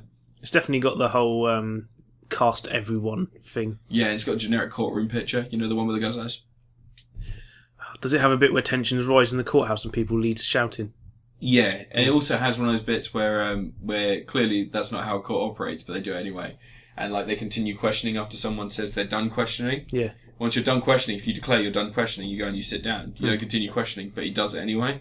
And like, I would just throw someone in content immediately. Does it have the heartfelt speech that's maybe a little bit touched by spirituality to make everyone feel a little bit more for Should we go into spoilers? Are you going to see this? I don't know, maybe. We can go into spoilers. Does it go full Robin Williams at the end of most of his films in the 90s? I'm going to declare it. Fucking Boom. Spoilers. There's going to be spoilers. Immediately skip to 5 minutes from now. I'll make sure I'm shut up by then. But it might not even be 5 minutes. We'll put a time counter on. But just fucking... Will. Someone will put a time... How am I going to put a time counter on the screen on SoundCloud? Just put like... Oh, yes, fair point. Just put like a note on there. Yeah. Alright, spoilers. Spoilers. I declare spoilers at this moment in time. The judge ends with quite possibly one of the most fucking obscure scenes I've ever seen in a mainstream film. Robert Downey Jr. takes his dad, Robert Duvall, out on a boat. The two Robs. They go out on a boat and they go fishing together. And Robert Duvall is saying to him, look, son, I may have cancer and I'm dying. He's got cancer and he's dying. I may have cancer and I'm... Robert Duvall. I may have cancer and I'm dying. But you asked me the other day who the best lawyer I've ever worked with is. And it's you, son. And Robert Downey Jr. turns around, sips a beer, and then turns back and his dad's dead. He's actually just dead. He's just sitting there like... And he's like, Dad? Did Seth MacFarlane write this? Fucking no. But I was just like... You know, when you watch it, you're like... No! This is written by somebody who got paid. It's like it's just like the dream sequence of endings, isn't it? I think I'd hate this film. You probably will, to be honest. Like, because I fucking... Jesus Christ. I wouldn't... Sorry, 6 out of 10. Talking about something that's solid. A solid mess. Teenage Mutant Ninja Turtles, the new film. I didn't hate it as much as I was expecting it to. It didn't anger me. No, I didn't. Like, it's not Transformers 4. Like, when you see Michael Bay's name attached to a film, there's a good chance you're going to hate what you're going to see. If you're, of reasonable intelligence. That's mean. No. Most people who like Transformer movies now are they got no excuse. Like, you can like certain stuff that happens in them, maybe. I know intelligent people that like Transformers movies. I think somehow they've tricked them into liking them. They're hateful films. But Teenage Mutant Ninja Turtles, like, the redesign of the origin does fall into that trap of the whole everything comes from here thing. Yep. The Amazing Spider-Man problem where everything is Peter's blood. Yep. And all the origins are stored in the basement of Norsecorp. Yep. April O'Neil happened to have freed the turtles when they were little from the science lab that her daddy worked at when they were testing a mutagen thing on them, and then they got toxic, but Shredder wants the mutagen and all this, and it's all tied together. And at the end of the building, a giant tower, Sax Tower, is going to squirt its gases everywhere all over the people. I was trying to find a dick and ball joke in my review for that. I tried. Because it's a tower, Sax Tower. It's got Sax written in big words. I There's can a tower. kind of see there being a joke there. And it's spewing poisonous stuff everywhere. You'd just say, Then Sax Tower goes limp and just drops. Yeah, on the tip of Sax. Spoilers for the end of Turtles. But, Spoilers! But the one thing, though, is that... Right, okay. So when I went to see Transformers 4, 5 minutes into the film, they go to a cinema. There's a guy there who owns a cinema and he's selling some scrap he's got.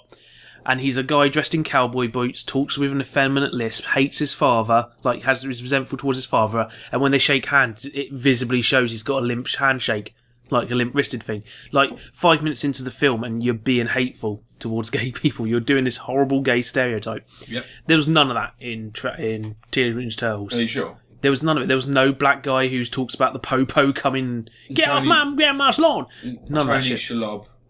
It's Splinter. And they that didn't accent. Yeah, that wasn't very good. I didn't like... But it wasn't like... They didn't play him as being... there's no reason for him to have a Japanese accent in this. But like, it wasn't painful. It didn't... Like, there was no moment in the film where someone shoots a vagina monster like in Transformers 4. There was no...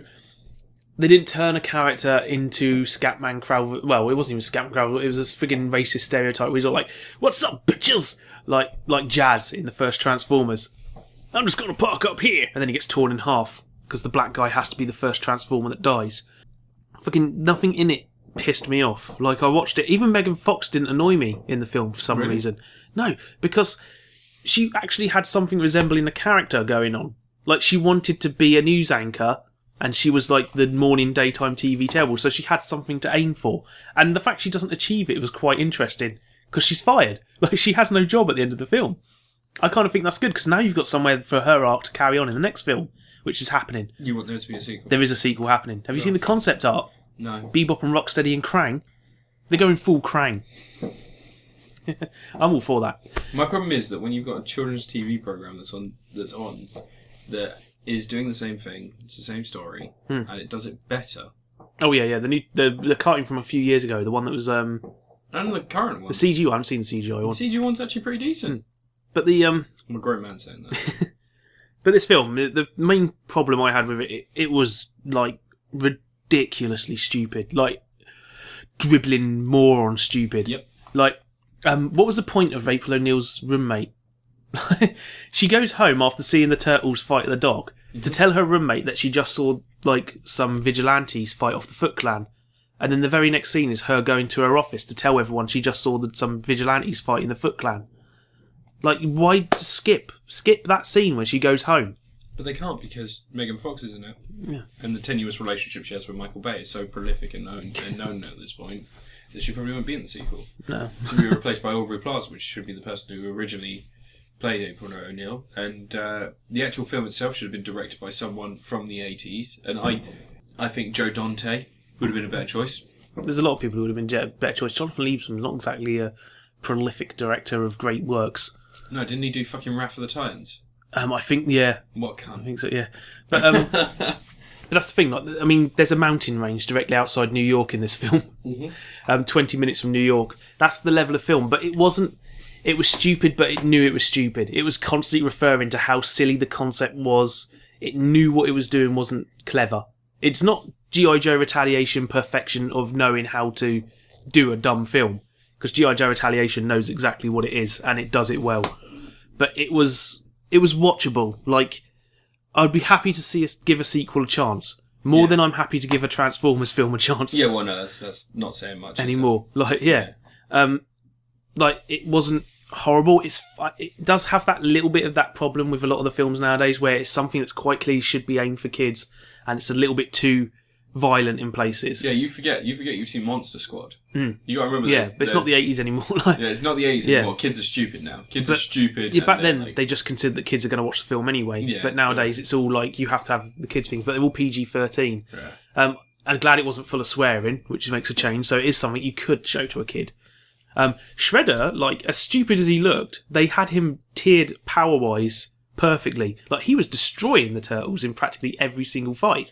Yeah, do you not watch that though and go like... He's a transformer. Like, no, it wasn't even that. It's the fact that, so you're a martial artist, I understand that, but when someone puts you into a new bit of technology, you're not going to be as good a martial artist. But I'm glad he was, like, fast-moving. It didn't look awkward. He wasn't doing the thing where... Yeah, but it did look awkward. It didn't look like he was a power loader. He couldn't lift his arms above, like, here. But he was moving around, flipping and shit. It was all CGI, but... because they didn't give a shit. Like, the metal was super malleable in the CGI. I'm sure it was just, like, limbs. Yeah. Just like they gave up work. But I like that he was, like... Because Shredder should be more powerful than all four turtles. Like, well, that's... It takes their teamwork to beat him. That's how it should always be. Oh my god. Like, watch the new series. There's an episode at the end of the second series of the new cartoon, the CGI one. Yeah. And on the final episode, they've got... They don't Bebop or Rocksteady right now. They've got different mutants. They got mutant, like Razor and Trock or whatever his name was. I'm not sure. The turtle one. But basically, what happens is there's a really great setup to this fight in like a quarry. It's like a construction site, and it goes down. You've got these dripping pipes and stuff like that. And Leonardo basically sacrifices himself. So spoilers. Sacrifices himself so that the others can get away. By drawing them all away and then fighting them one by one, and they beat him. Like, they literally just kick the living fuck out of him. And he's lying on the ground. And you know martial arts films where you get angry, and angry is power. Yeah. Like, when you get angry, he gets angry, kicks the living fuck out all these mutants, and then Shredder comes down. And he actually goes toe-to-toe with Shredder for a few minutes. And you know when you're watching it, you're like, in those last... If you think you're going to die, I don't care how long it takes, you're going to find the way to get your thumbs in his eye sockets and just pop his brain. Oh, yeah. You're going to go mad, right? You're going to be like a raccoon back to the corner. Yeah, like Robert Carlyle killing his wife exactly. in like 28 months later. Oh, that was insane. That was a great film. But... It wasn't. I actually really like that film. Although I don't like the convenient zombie intelligence. He teleports in that film. He doesn't just teleport. He knows about like fire coming down. He's just like that. And there's like fire falling down around him. But Jeremy Renner's actually quite a nice character in that. Playing dumb American. Yeah, Michael Parra. No, he's not even dumb American. He knows what he knows. It's pretty good. He doesn't have all the knowledge. I really hate Teenage Mutant Ninja Turtles. I'm on a different scale altogether to you. Like, they're too big. Shredder is... They look ridiculous. The fucking lips, man. They're massive. They're ridiculously sized. They said they were 6 foot tall, but they're clearly not. They're clearly bigger than that. There's no point in having something that, it doesn't even matter about their skill as ninjas, because they're so big and so much stronger than the Foot Clan, they could just hurt them. Yeah. They're superheroes. They're superpowered, yeah. Yeah.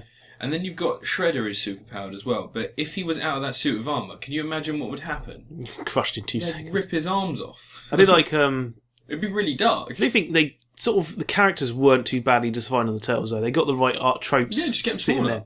Yeah, they look friggin' and dial their power rating down, because right now they're hitting 9,000. Yeah, they shouldn't be hitting friggin' giant containers and knocking them flying. But they've always been stronger than the average human, but not like... Can you imagine if someone took the Turtles and then just had the Vegeta from Dragon Ball Z? His power level is 9,000! Have you never seen the Japanese Turtles cartoon? No. No, there's a Japanese Turtles cartoon where they get more humanoid looking forms, and then they have robot that they Voltron up together in. It's amazing. Fuck that. And it's funny because it's set in the same continuity as the American cartoon. Fuck that. Yeah. But I didn't like the film. Did not like it at all. But did it make you... You've seen Turtles Transformers 4? Yeah. Did it anger you as much as that film does? Yeah. Oh, it does not to me, because man. the it's difference not hateful. is... You've got to remember, your Transformers is my Turtles. I grew up watching that program, so when I see that, it's just... It's like someone just didn't get the core concept. They got they saw an episode, but they didn't get the concept, and then they just sort of went, I'm going to tweak this to make my own. No. But there was no, horribly misplaced humour, to the point where a character's pissing on another one, where a robot pisses on someone. There was nothing that came up to the level of Bumblebee pissing on friggin'... what's his face? Inappropriate comments by Will Arnett made it seem like a bit of a sexist extravaganza. Did you notice the Arrested Development reference in there? Yeah, the sandwich. Yeah, I saw that. I laughed at that in the cinema. I went to see it with my cousin. She didn't. I knew she wouldn't understand. When the funniest thing about a film is a sandwich, is a reference to a better program than your whole film, you've got to worry. And it's not even the fact that he's playing that character, it's the fact that he's referencing a character he played. That's awful. It's terrible. But yeah, I hated it. I thought it was terrible. Oh god, this only put me on more of a downer. But I'm going to say, TMNT, I wouldn't say I necessarily enjoyed it or anything like that, but I watched it and it had the decency to end. It was only 90 minutes long. It wasn't 3 hours long. Yeah, that's a fair point. Yeah. So I'm going to go 17, whatever that means. Yeah, I'm going to say minus everything. Adam Sandler. Adam Sandler. I'm going to have to cut Adam Sandler's face out and stick it on the screen now. Yeah. No, I'm just giving it Adam Sandler. Right, what's left? Is it my go or your go? Well, it's your go, but I have one more. Yeah. Go for it. Alright, well, this week, over the last 2 weeks, I played Wolfenstein The New Order. Yeah. Yeah. So, that happened. God, it's a bit of a throwback. It's kind of nice. It's a nice looking game. It runs nicely. Some cool shit happens. But it's a big throwback. It's like, you remember when Call of Duty wasn't all spectacle and there was some plot? Yeah. It's plot. There's plot. God, there's actually... Oh, fuck. I played The Evil Within and Alien Isolation and completed those last week as well. Yeah. And the week before, and I talked about in the last podcast. Neither of those games gave me a moment where I was actually genuinely scared. Yeah. Both of them, it was always a case of I was more just, trying to get from point A to point B. I played Wolfenstein The New Order, and there's a point where a female, this evil female Nazi lady, she's crushed, her head is crushed by this massive robot this guy takes control of. And as you're tied to a post, you're about to be shot by a firing squad, and this robot allies up with you and goes a bit mad and starts taking them out. Grabs it, crushes her head, and then as you're struggle to get out, and it's press the right and left sticks and stuff. You're like, okay, I'm gonna get out. And all of a sudden, she grabs the lapel of your prison uniform, drags herself up, and goes, "Yes, the final." And I was like, "Oh shit, that's pretty awesome." It's a bit grotesque. But it's just the way that, it's done really well because you can't turn your head away from her, enough. You can move your head, but it just goes to there and you're still "Oh god!" And, it's not something you want to see. So you're like, oh, okay, I see what the game's doing. She's looking me in the eyes. Go away. And I thought it was really neat. The whole game's actually really cool. It's just a throwback. It's not something I recommend buying at full retail price, so sorry if you did. I think it's one of those things that's perennially going to be in Steam sales now, isn't it? Yeah. It's that sort of game. But it's a very, very good game. Yeah. I would recommend anyone who's a fan of just first person shooters, single player. It's officially confirmed BJ Blazkowicz is a Jew, isn't it? Because that's always been something they hinted at, like people referenced and maybe. No, you know. But he's got apparently there's like a whole Jewish family thing bit at the start or something like that. No, because you don't meet his family. Don't you? There's something someone said about that because I found Bethesda said before launch that as far as they're concerned, he's Jewish. Because that was always like a hint at it that he was a Jewish soldier going to fight the Nazis. I didn't even know there was continuity through this, and there's no real continuity, but it's always been like this idea that his name's Blashkowitz, so they figured he was a German Jew. Okay, I didn't know it was the same character. Well, I didn't know it was the same guy, yeah, because he's been frozen, hasn't he, for years. No, in this one it's a completely new game. But he's set years after the World War II. No, he's been out of the loop. It begins in World War II. Yeah, but then the main part of it is set in the 50s after the Nazis have won, isn't it? Yeah, because shrapnel goes in your head, you get put in a coma. Yeah, so he's the same person who was in the old... No, because you're in a coma. Yeah, but in the old ones you're in World War II. Oh, right, I see what you mean. I see what you're saying. I see what you did there. Yeah, it's a continuity. Yeah. It carries on. But it's none of the supernatural stuff from before, because you remember like they had a little bit of the supernatural element. None of that now. It's all mech things and just robots. Yeah. And a bit more like Quake 2. An ancient race. Yeah, a little bit. Yeah. I really liked it though. Really liked it. It feels quaint. Yeah. To have to pick up health. Is it like as retro? Have you played Rise of the Triad, the remake? Yeah, I didn't like that. But that is like very, very much a friggin' 90s. It's not that bad. Yeah, Rise of the Triad does feel exactly like a 90s shooter though.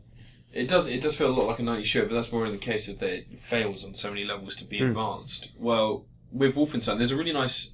This is really widely sort of... And you're made to use this weapon in the game, but there's a laser you get early on, and at first you can just sort of cut open like fucking wire mesh, chicken wire style stuff, and then you get an upgrade later and you can cut open boxes. Yeah. And then you get an upgrade later again, you can like cut open thicker metal and stuff, and as you go on, it's like a plot device to this gun, you can advance it on, and it becomes like a weapon.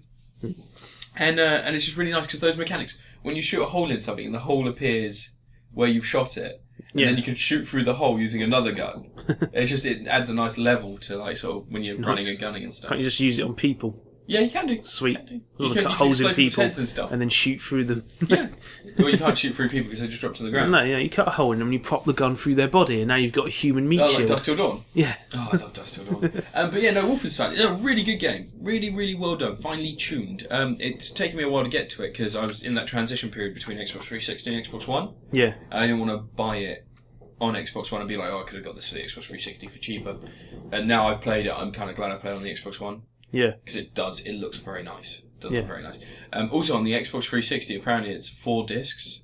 Really? Yeah, 4 discs. Jesus. Like, what are they fucking doing? It's not that long a game. Yeah, it's like, this day and age. It's like 16 hours. Jesus. Multiple discs, seems weird nowadays. Yeah. Weird thing about endings. Like, just as a bit of segue, I'd give the game, give the game £10 and a bit of change. Weird thing about game endings. I don't know if what games have you completed recently? God. Properly. Yeah. Finished Assassin's Creed Brotherhood and 2 in recent months. So you're up some to... way behind. You're up to... I'm on to Revelations, that's what I'm Okay. on to. Yeah, that's what I'm playing through now. When it comes to game endings, have you noticed like a weird trend? What, of 14-minute long cuts, credits? No, not even that. Like, okay, so have you completed Dead Space 2? No, I haven't even played the Dead Space games. Too scary. I can't handle that. Well, that's upsetting. Okay, well, the Evil Within ends on... it's a non-linear boss battle. Yeah. You have something you have to do, and then you do that to beat the boss. Oh, is it the cutscene that kills the boss? No. Because it's not that. Colonial Marines did that. Yeah, it's not Aliens, Colonial Marines. Okay. Just to give you an outline, it's not in context, so you won't know what the fuck is going on. But you're up against quite a large enemy. You get knocked and you land on a wall, and there's this jutting bit of metal that literally just keeps you in place. Yeah. And as you're steadily dying, you look to your left, and there's a military vehicle, and one of the soldiers hanging out has a rocket launcher, and there's this massive. So you're up the top of this massive spire, and down at the bottom is this massive enemy that's coming up steadily towards you, and you have to just fire the rocket launcher. And it sounds like such a boring way to end a game. But it feels like the Dead Space 2 ending, and Dead Space 2 is one of my favourite endings of any game. The enemy charging towards you while you're immobile and you kill it. Yeah, no, it's not even that. It feels grandiose. It feels like this massive event. It's non-linear, so you can't sneak. It's not like Deus Ex, the human revolution, or whatever it was, where you could just punch him once and he fell to the ground. Because it's not that open-ended. It's linear, but that linear moment, you feel like you've been on this journey with a player, as the character, and you're finally getting that you're doing it, you're winning, you're winning, but you've been stabbed, you're wounded. And if you were to wander around sagging your ass around really slowly, you'd be like, oh, fuck this, I can't even move properly, I'm not going to do this. But because you're pinned there, because you've got this rocket launcher and you're like, oh, fuck, I've got to do this, I'm going to save it. It feels like, and all the music and everything, it all builds up really well. Dead Space 2 does the same. Like, do you know the plot of Dead Space and Dead Space 2? Alien. Right. Event Horizon. Alright, so the end of Cronenberg's. Dead Space 1 ends, and then Dead Space 2 begins fairly soon after that, because you've gone mad and you wake up in this station, and they're treating you for mental illness. You go through the whole game, and Dead Space 2 is a long game. It's a fantastic game. I'd recommend it to anyone to play that game, because it's just fucking brilliant. But you get to the end of Dead Space 2, and there's a moment where you're sitting, it comes to the end, and the credits start rolling, and instead of your character going, oh, I've got to get off the spaceship, he sits down, and he lets out a breath. He's like, finally I get a break. Finally I get to sit down. And he's like, I'm going to die. I'm going to die here, but at least, it's over. Fuck it. Done. And as he's sitting there, he's like, you're like, all right, okay. Yeah, that's the end of the game. And then you get this little telecom comes in on your screen. And it's really nice because it pops up in front of you. You don't actually say, you just see it on this little bit. And then one's like, Isaac, the place is coming down around you. We've got to get you out of there. And you're like, no, Ellie, it's fine. I'm dying. I'm good. I'm going to sit here and bleed to death or explode. I'm going to be fine. She's like, no, I'm coming to get you. And she breaks through the wall of this fuselage, this massive, tall spire thing that's like a part of the spaceship. She crashes through this thing, and you're like, okay, fine, if I have to survive. And all of a sudden your hood comes up like Iron Man. It's like, and your rockets go off, and you're flying, and you boost in, and you have to avoid shit. And it is great. It's the Iron Man equivalent of, when he gets the first suit, and he goes flying for the first time, and you cheer, you're like, yeah, this is a superhero. It's like that, and you get to play that moment. And it's inconsequential to the plot, because you've already defeated the enemies. You've won. Yeah. All you're doing is surviving, but it makes surviving feel great. And it's one of my favourite endings. Right now, The Evil Within, the ending, it feels a bit soppy to some people. I've read that people didn't enjoy it. I really like it. It empowers you. At the end, you're like, fuck it, I'm dying. But you take that son of a bitch with me. And it feels great. And there's a lot of games now. You've got to die at the end of the game. You've got to be dying. You've got to have gone through the hero's Call of Duty journey, did it, so now everyone has to do it. Well, Modern Warfare did it, remember? You know how Call of Duty is quite scripted. It's just one shot, and you can't miss really. Yeah, there's that bit at the end of Modern Warfare, isn't it? You've been shot, and Soap's been shot, and he throws the gun. Yeah, over that's what I mean. It's always boom, one boom, gun. boom. It's always that one shot that's required, and it wins. Yeah, headshot. Done. You have to kill the other guys as well, though. Yeah, and it doesn't feel like that. But because loads that's of all games slow motion. have those bits. That's all slow motion. Yeah. I like it when it's moving, the music's rousing, everything's going. And with Call of Duty, it feels like you're having lots of little battles. Yeah. With a game where you're just literally, it's 15 hours of my life. I've tried to get this guy from point A to point B.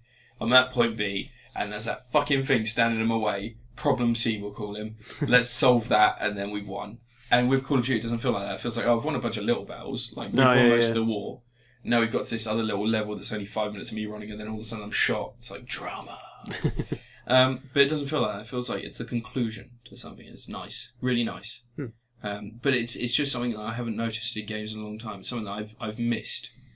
Because things like Call of Duty, where you're at the end, you're like, oh god, no, my best friend's been shot, but it's okay, I'm going to save the world. I miss boss battles that didn't rely on a certain sequence of events. I want a boss battle where you've got a weak point you have to exploit. Yeah, where you know one of those ones where it opens up a hole. Yeah. You got to shoot the hole, and when you shut that hole, the arm drops Gradius, off. Man. But it keeps going after you with the one arm, and you've got another hole to shoot here. But now because it's crawling towards you, you've got to get to the left side of it. Yeah. Something like that is a challenge. Yeah. It feels like you've earned it. Fighting Solidus at the end of Metal Gear Solid 2.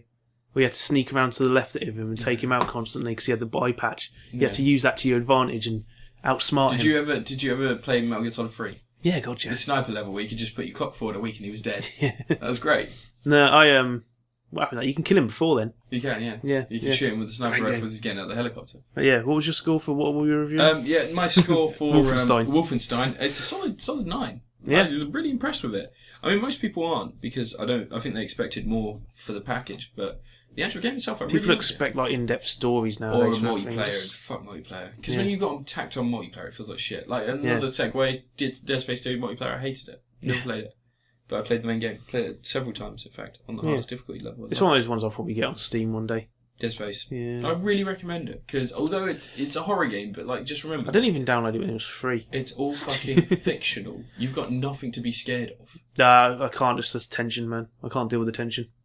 I tried playing Condemned once. It was horrifying. I love Condemned. Yeah, Resident Evil, fine with. I hate the end of Condemned, but I liked Condemned.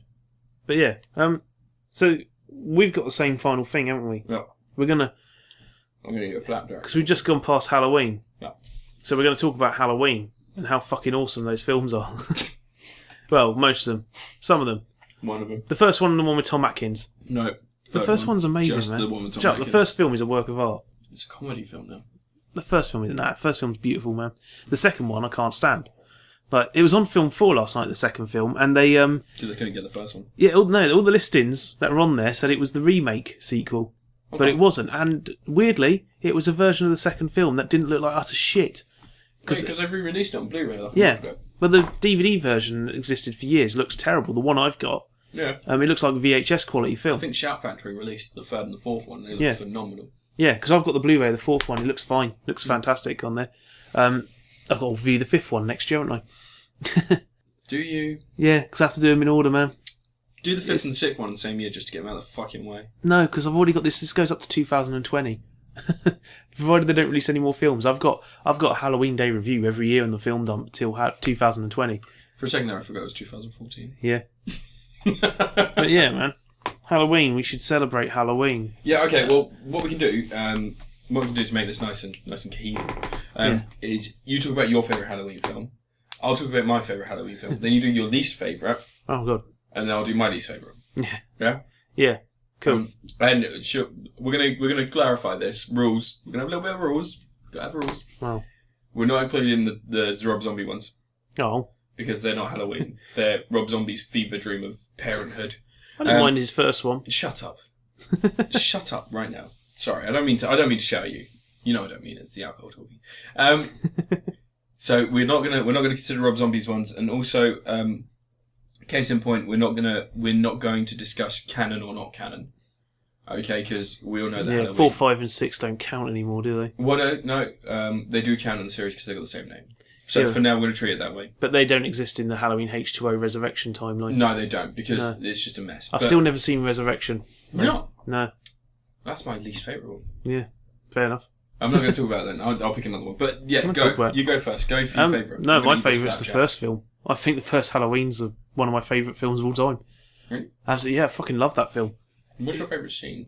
Just friggin' Laurie's trapped inside the closet and she stabs him with the friggin' coat hanger. Yeah. Then out. But that film was like John Carpenter showing off how to do slow burns, like gradually, slowly building to the right thing. Have you noticed that he's in loads of scenes in the background? Yeah, just stood around like hidden there. It's like a shadow appears in the background, stuff like that. But that film's like friggin' just brilliant because half the film is just a bunch of teenage girls talking about being teenage girls. With Michael Myers in the background. And sometimes they talk about things that aren't to do with boys. Like, that's a rare thing in a film. Well, John Carpenter, he's a master. Yeah. Like, it passes the Bechdel test. You know, the whole, does your film have two female characters talking about something other than another male character? Like, that's the Bechdel test, whatever it is. Yeah. Funny spelling. But basically, because most films don't do that. Okay. If they have two female characters, chances are the only conversation they're going to have is regarding another male character in the film. Boys. Yeah. But this is, like, the original Halloween, I think, is friggin' nigh on perfection. The references in there, like he chucks in a reference to the thing from Another World. I know. Which, like... It's on the video. It's on the TV one of the things neighbour. they're watching. Yeah. I think it's amazingly shot for a film made for practically no money whatsoever. Donald Pleasance, just basically, he could have gone for the entire film just saying the word evil constantly. But, yeah, I think it's a nigh on perfect film. I think as far as those like late 70s slasher horror films go, it's slow burn intense. It's got amazing music, friggin' dark looking film. Yeah. And plus it's got that awesome bit where he stabs a guy so hard with a kitchen knife it sticks him to the wall.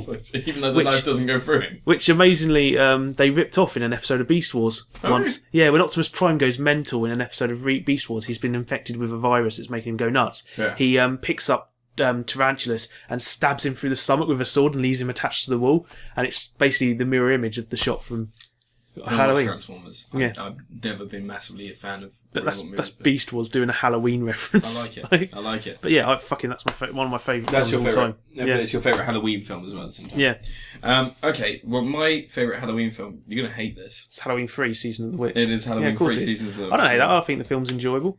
I really like it. The reason I really like it is because it was really, really, really, really brave. Yeah. It was so fucking brave. Like, and you've got some mainstays of John Carpenter. You've got Tom Atkins in there. You've got really, really nicely shot environments. You know, I know it wasn't directed by him, but you can feel his influence in a lot of the scenes, which is something you don't get with Halloween 2. Yeah.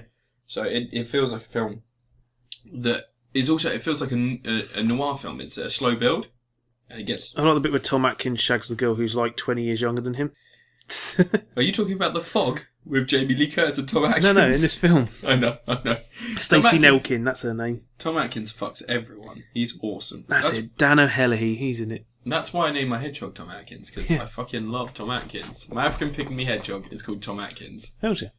That's fair enough. But I just love the film. I love the film. I'm a massive fan. I feel out of all the Halloween films, it's the only one that dares to do anything that hasn't been done before. And I haven't seen a film since that has the same plot. Not many films kill kids. Yeah, and I haven't seen a film that has the same plot. I haven't seen a film that even... Because you know how there's no original ideas in cinema nowadays? That's what they say. There's no original concept. That's an original concept. Someone's chipping away chunks of the fucking Stonehenge, putting them in kids' masks to be activated by an advert to make their head into a rotten, corpsey, musky hole. The maggots come out of it, man. Yeah. It's just brilliant. And then Tom Atkins at the end, as he's watching the TV commercial, he's screaming. Would you consider take it off of there! Control 2 be considered a spiritual sequel to it, seeing as Stonehenge is heavily involved? No. Stonehenge was causing people to turn into vegetables. Oh my god. You love Troll 2 too much. How did they get a stone from Stonehenge and no one noticed? I don't know. You can tell that film, like Dan O'Herlihy was having fun because he's doing his English witch man voice, isn't he? Yeah. Like he does that when he's making RoboCop. Yeah. And when he goes to RoboCop 3, he just gives no shits whatsoever. But no, in RoboCop 2 rather, he's giving zero shits. RoboCop 2 is actually quite a good film. Yeah. It's alright. I liked it. It's watchable. But anyway, that's not... Don't take that as an indication of my taste. But Halloween 3, I love it. It's a perfect sequel because it's nothing to do with the originals. Yeah, do you like the theme tune to it? That song's quite catchy. The happy Halloween, Halloween, Halloween, happy Halloween, silver shamrock. See, they can't see it, but I am crunking. Yeah, you're crunk, man. Yeah, stop twerking. Twerking away against the microphone. But no, I'm fine with that. Halloween 3 is a different sort of film. Like, it could have been a Tales from the Crypt film if they were... It could. Yeah, it's one of those sort of things where it could have been just any old thing. Because apparently Halloween 4 was going to be a ghost story originally. Yeah. Which I think would have been cool. I bet they repurposed that. That might probably turned up somewhere. There was another concept as well. That they're going to continue the story of Tom Atkins trying to stop... Because you know how it turned kids into bugs and shit like that? Yeah. Apparently that wasn't the plan. That happened because it prematurely started. Yeah. What was originally the plan was they were going to make these people into like ghouls, you know, like Phantasm. Oh, right. And the kids were going to be like their slaves and they were going to start attacking people. Oh, and the masks would be what they are, to have pumpkin heads and stuff. It's stuff. going to basically be an hour-and-a-half film of Tom Atkins drop-kicking kids in the face. Nice. I would pay so much money to see that. How did the Pumpkinhead films not end up being Halloween films? How does Halloween, how has it lasted so long? It doesn't have a very strong villain. It's the most boring villain of all the horror films. What, Michael Myers? Yeah. He's a force of nature, man. Yeah, but so is Freddy Krueger. But he's such a force of nature, he never gets turned into a cartoon like Freddy Krueger does. Freddy Krueger stopped being scary for like 4 films until New Nightmare. Have you seen the third film? Like with the guy's veins? Oh, yeah. And he comes out the TV and chucks the woman's head. That's terrifying. Yeah. But he's dancing and... Yeah, right. Freddy Krueger, was he a bike he turns into? No, he turns a kid into a bike. Yeah, there's a bit where he's... Yeah, there's a bike's got his colours. Those films, man. Yeah, I like Michael Myers. I think he's brilliant. It's the ultimate like nondescript face. Well, William Shatner's face, but it's like he's a shadow. He's the shape. Yeah, he's actually if you are to believe the worst Halloween film, he is actually the what is it? Celtic myth thing with the symbol on him. He's like guardian of Farn. That's what I was going to say was the worst one. Me too. Yeah. Halloween 6, Halloween 6. Because I haven't seen that film for a long time, but I remember watching it and thinking it's utter bullshit. Do you not remember what happens at the end? There were a Celtic ritual, wasn't there? That was the original ending, wasn't it, on the producer's cut? Yeah. Yeah, the ending they changed to. So the producer's and Donald Pleasance is all like, I'm going to go fight Michael Myers now. No. And then his hat falls on the floor. No. Paul Rudd injects Michael Myers with a corrosive chemical. Oh, yeah. And then beats one of And the... then goes on to being friends. No, just beats Michael Myers' head to a pulp. Nice. And all the green stuff comes out. And then they're all getting in the car to go away. And then Donald Pleasance's like, I have more work to do. Yeah, that's and it. he goes in, you just hear a gunshot, and it's like, and it ends. Yeah, and then Donald Pleasance died. Yeah, in real life. Because literally, there's like, because you see something fall on the floor, and it's like Donald Pleasance is dead now because we couldn't get him for the reshoots. Yeah, silly bugger. I wouldn't consider it. But that film, they were trying to introduce supernatural stuff into it too, weren't they? Because the original plan was the Celtic symbol makes him like invincible. Yeah, the Mark of Farn is what powers him and keeps him invincible, and he defends people. He actually, what he does is he kills people to ensure that everyone doesn't die. And then in the producer's cut, it's really interesting because Donald Pleasance is given the Mark of Farn. Yeah. And they're like, you can carry on work now, you'll pick his targets, you'll make sure he kills the people who need to die. And then he's like, whoa! Because Donald Pleasance by the end was a cantankerous old bastard. I'm assuming he was like smoking a cigar on set, like, no! Was it half as good as his reaction at the end of Halloween 4? Which one? What? When Jamie's killed her mother. And he's like, no! No! That's amazing, that. But Donald Pleasance, he just... His death meant the series should have ended. Yeah. But then Busta Rhymes... Joseph Gordon-Levitt's in friggin' Halloween H2O, isn't he? Yeah, he gets an ice skate in the face. Yeah, he's the neighbour kid. It's not a bad film, though. It's actually quite a good film. Yeah. I'll tell you what, Josh Hartnett. Yeah, he needs to open his eyes one day. Like, he's got very squinty eyes. Have you watched Penny Dreadful? No. Great series. No. I saw what was friggin' Josh Hartnett in. He's in Sin City, wasn't he? Yeah. All sorts of random stuff. Scrawny lies. But yeah, I remember Halloween 6 just being just cheap and horrible and... Well, the end battle in the producer's cut is Paul Rudd lays down some stones.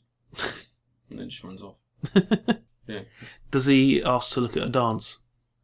Dance? Yeah, on his computer. Just not ready yet, Paul. But no, Halloween 6 is like, it's not a good film. No. At all. I don't remember the fifth one. That's the one thing. I know I've seen it. Because I know it's the one where... The fifth one?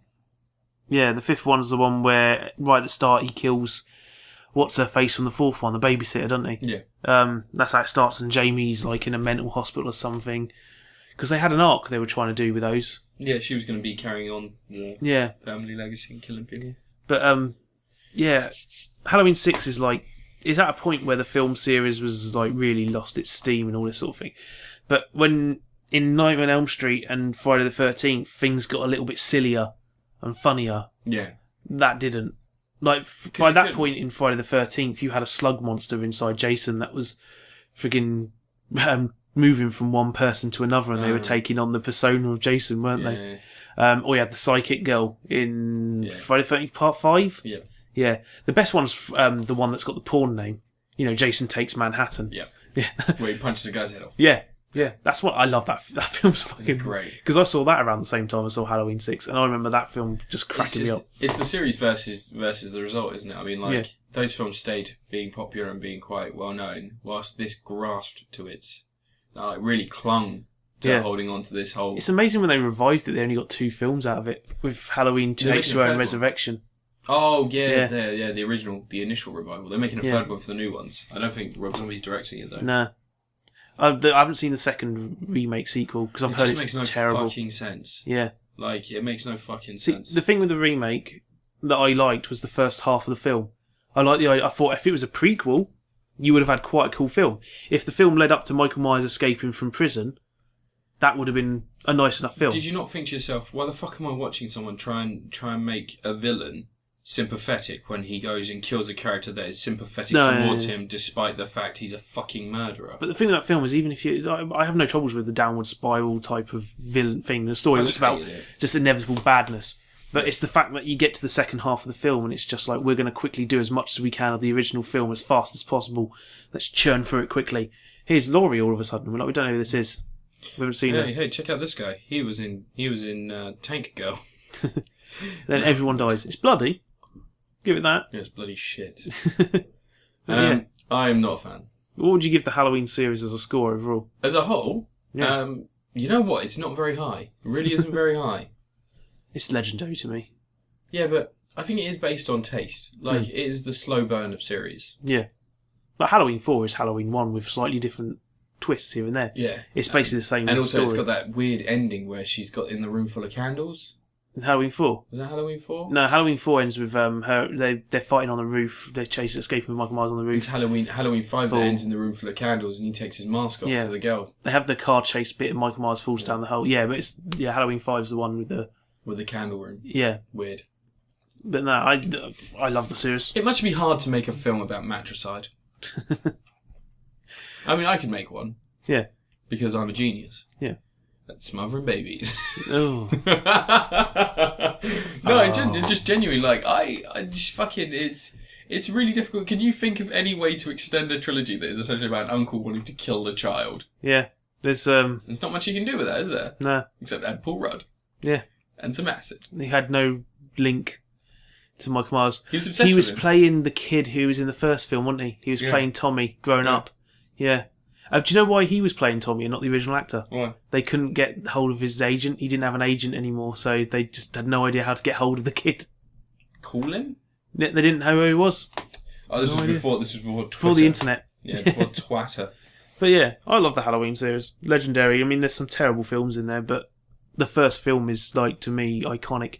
Pound for pound entertainment, I would go Nightmare on Elm Street or Friday the 13th. Yeah. But, I mean, it's always worth checking out. So yeah, that's the last thing we were going to review. That is the last thing we're going to review. And we've almost made a 2-hour podcast. Sweet. I'm going to edit some stuff down. Okay. Yeah, cut some of those pauses so it just doesn't sync up to the way we actually try spoke. to remove all the fireworks that were going off outside during the first half. There are always fireworks. Yeah. But yeah. This is just fireworks. That's episode 3 of Critapocalypse in the bag. bag. We're not speaking English. We're just mumbling. Yeah, we're two insane people in a room. There's no microphone. Yeah, but we're just saying... How saying... the fuck are you going to listen to Episode 3 over. If you're hearing this, please consult a doctor. Yeah. Like, comment and subscribe if you've listened this far. Because I want evidence that someone does. Like, comment, subscribe. You don't even have to leave the window open. You can just play it in the background while you're doing other stuff. We should have said that at the start. What we're going to do as well is, this is our 3rd episode. We do plan to continue this. So if there is anything that you think we should review or watch during the week, please hit us up on Twitter. My name's Matt. I am Cinemageddon. You'll find me on Twitter. What happened to your Generalissimo? Generalissimo Chaos? Yeah. That's not active anymore. Oh. Yeah, now they know my last name. Fuck. And there's Ant is Mellow Gaming. He's also the Film Dump. Yeah. But on Twitter he's LV54 Monkey. Level 54 Space Monkey. Level LV54. Yeah, it confuses a lot of people. Because I was thinking LV426, is that the planet on... No. Yeah. From LV46 is the planet from Aliens. Yeah. Speaking of aliens, Alien Isolation, ending. There are more than one alien. End. Cut right there.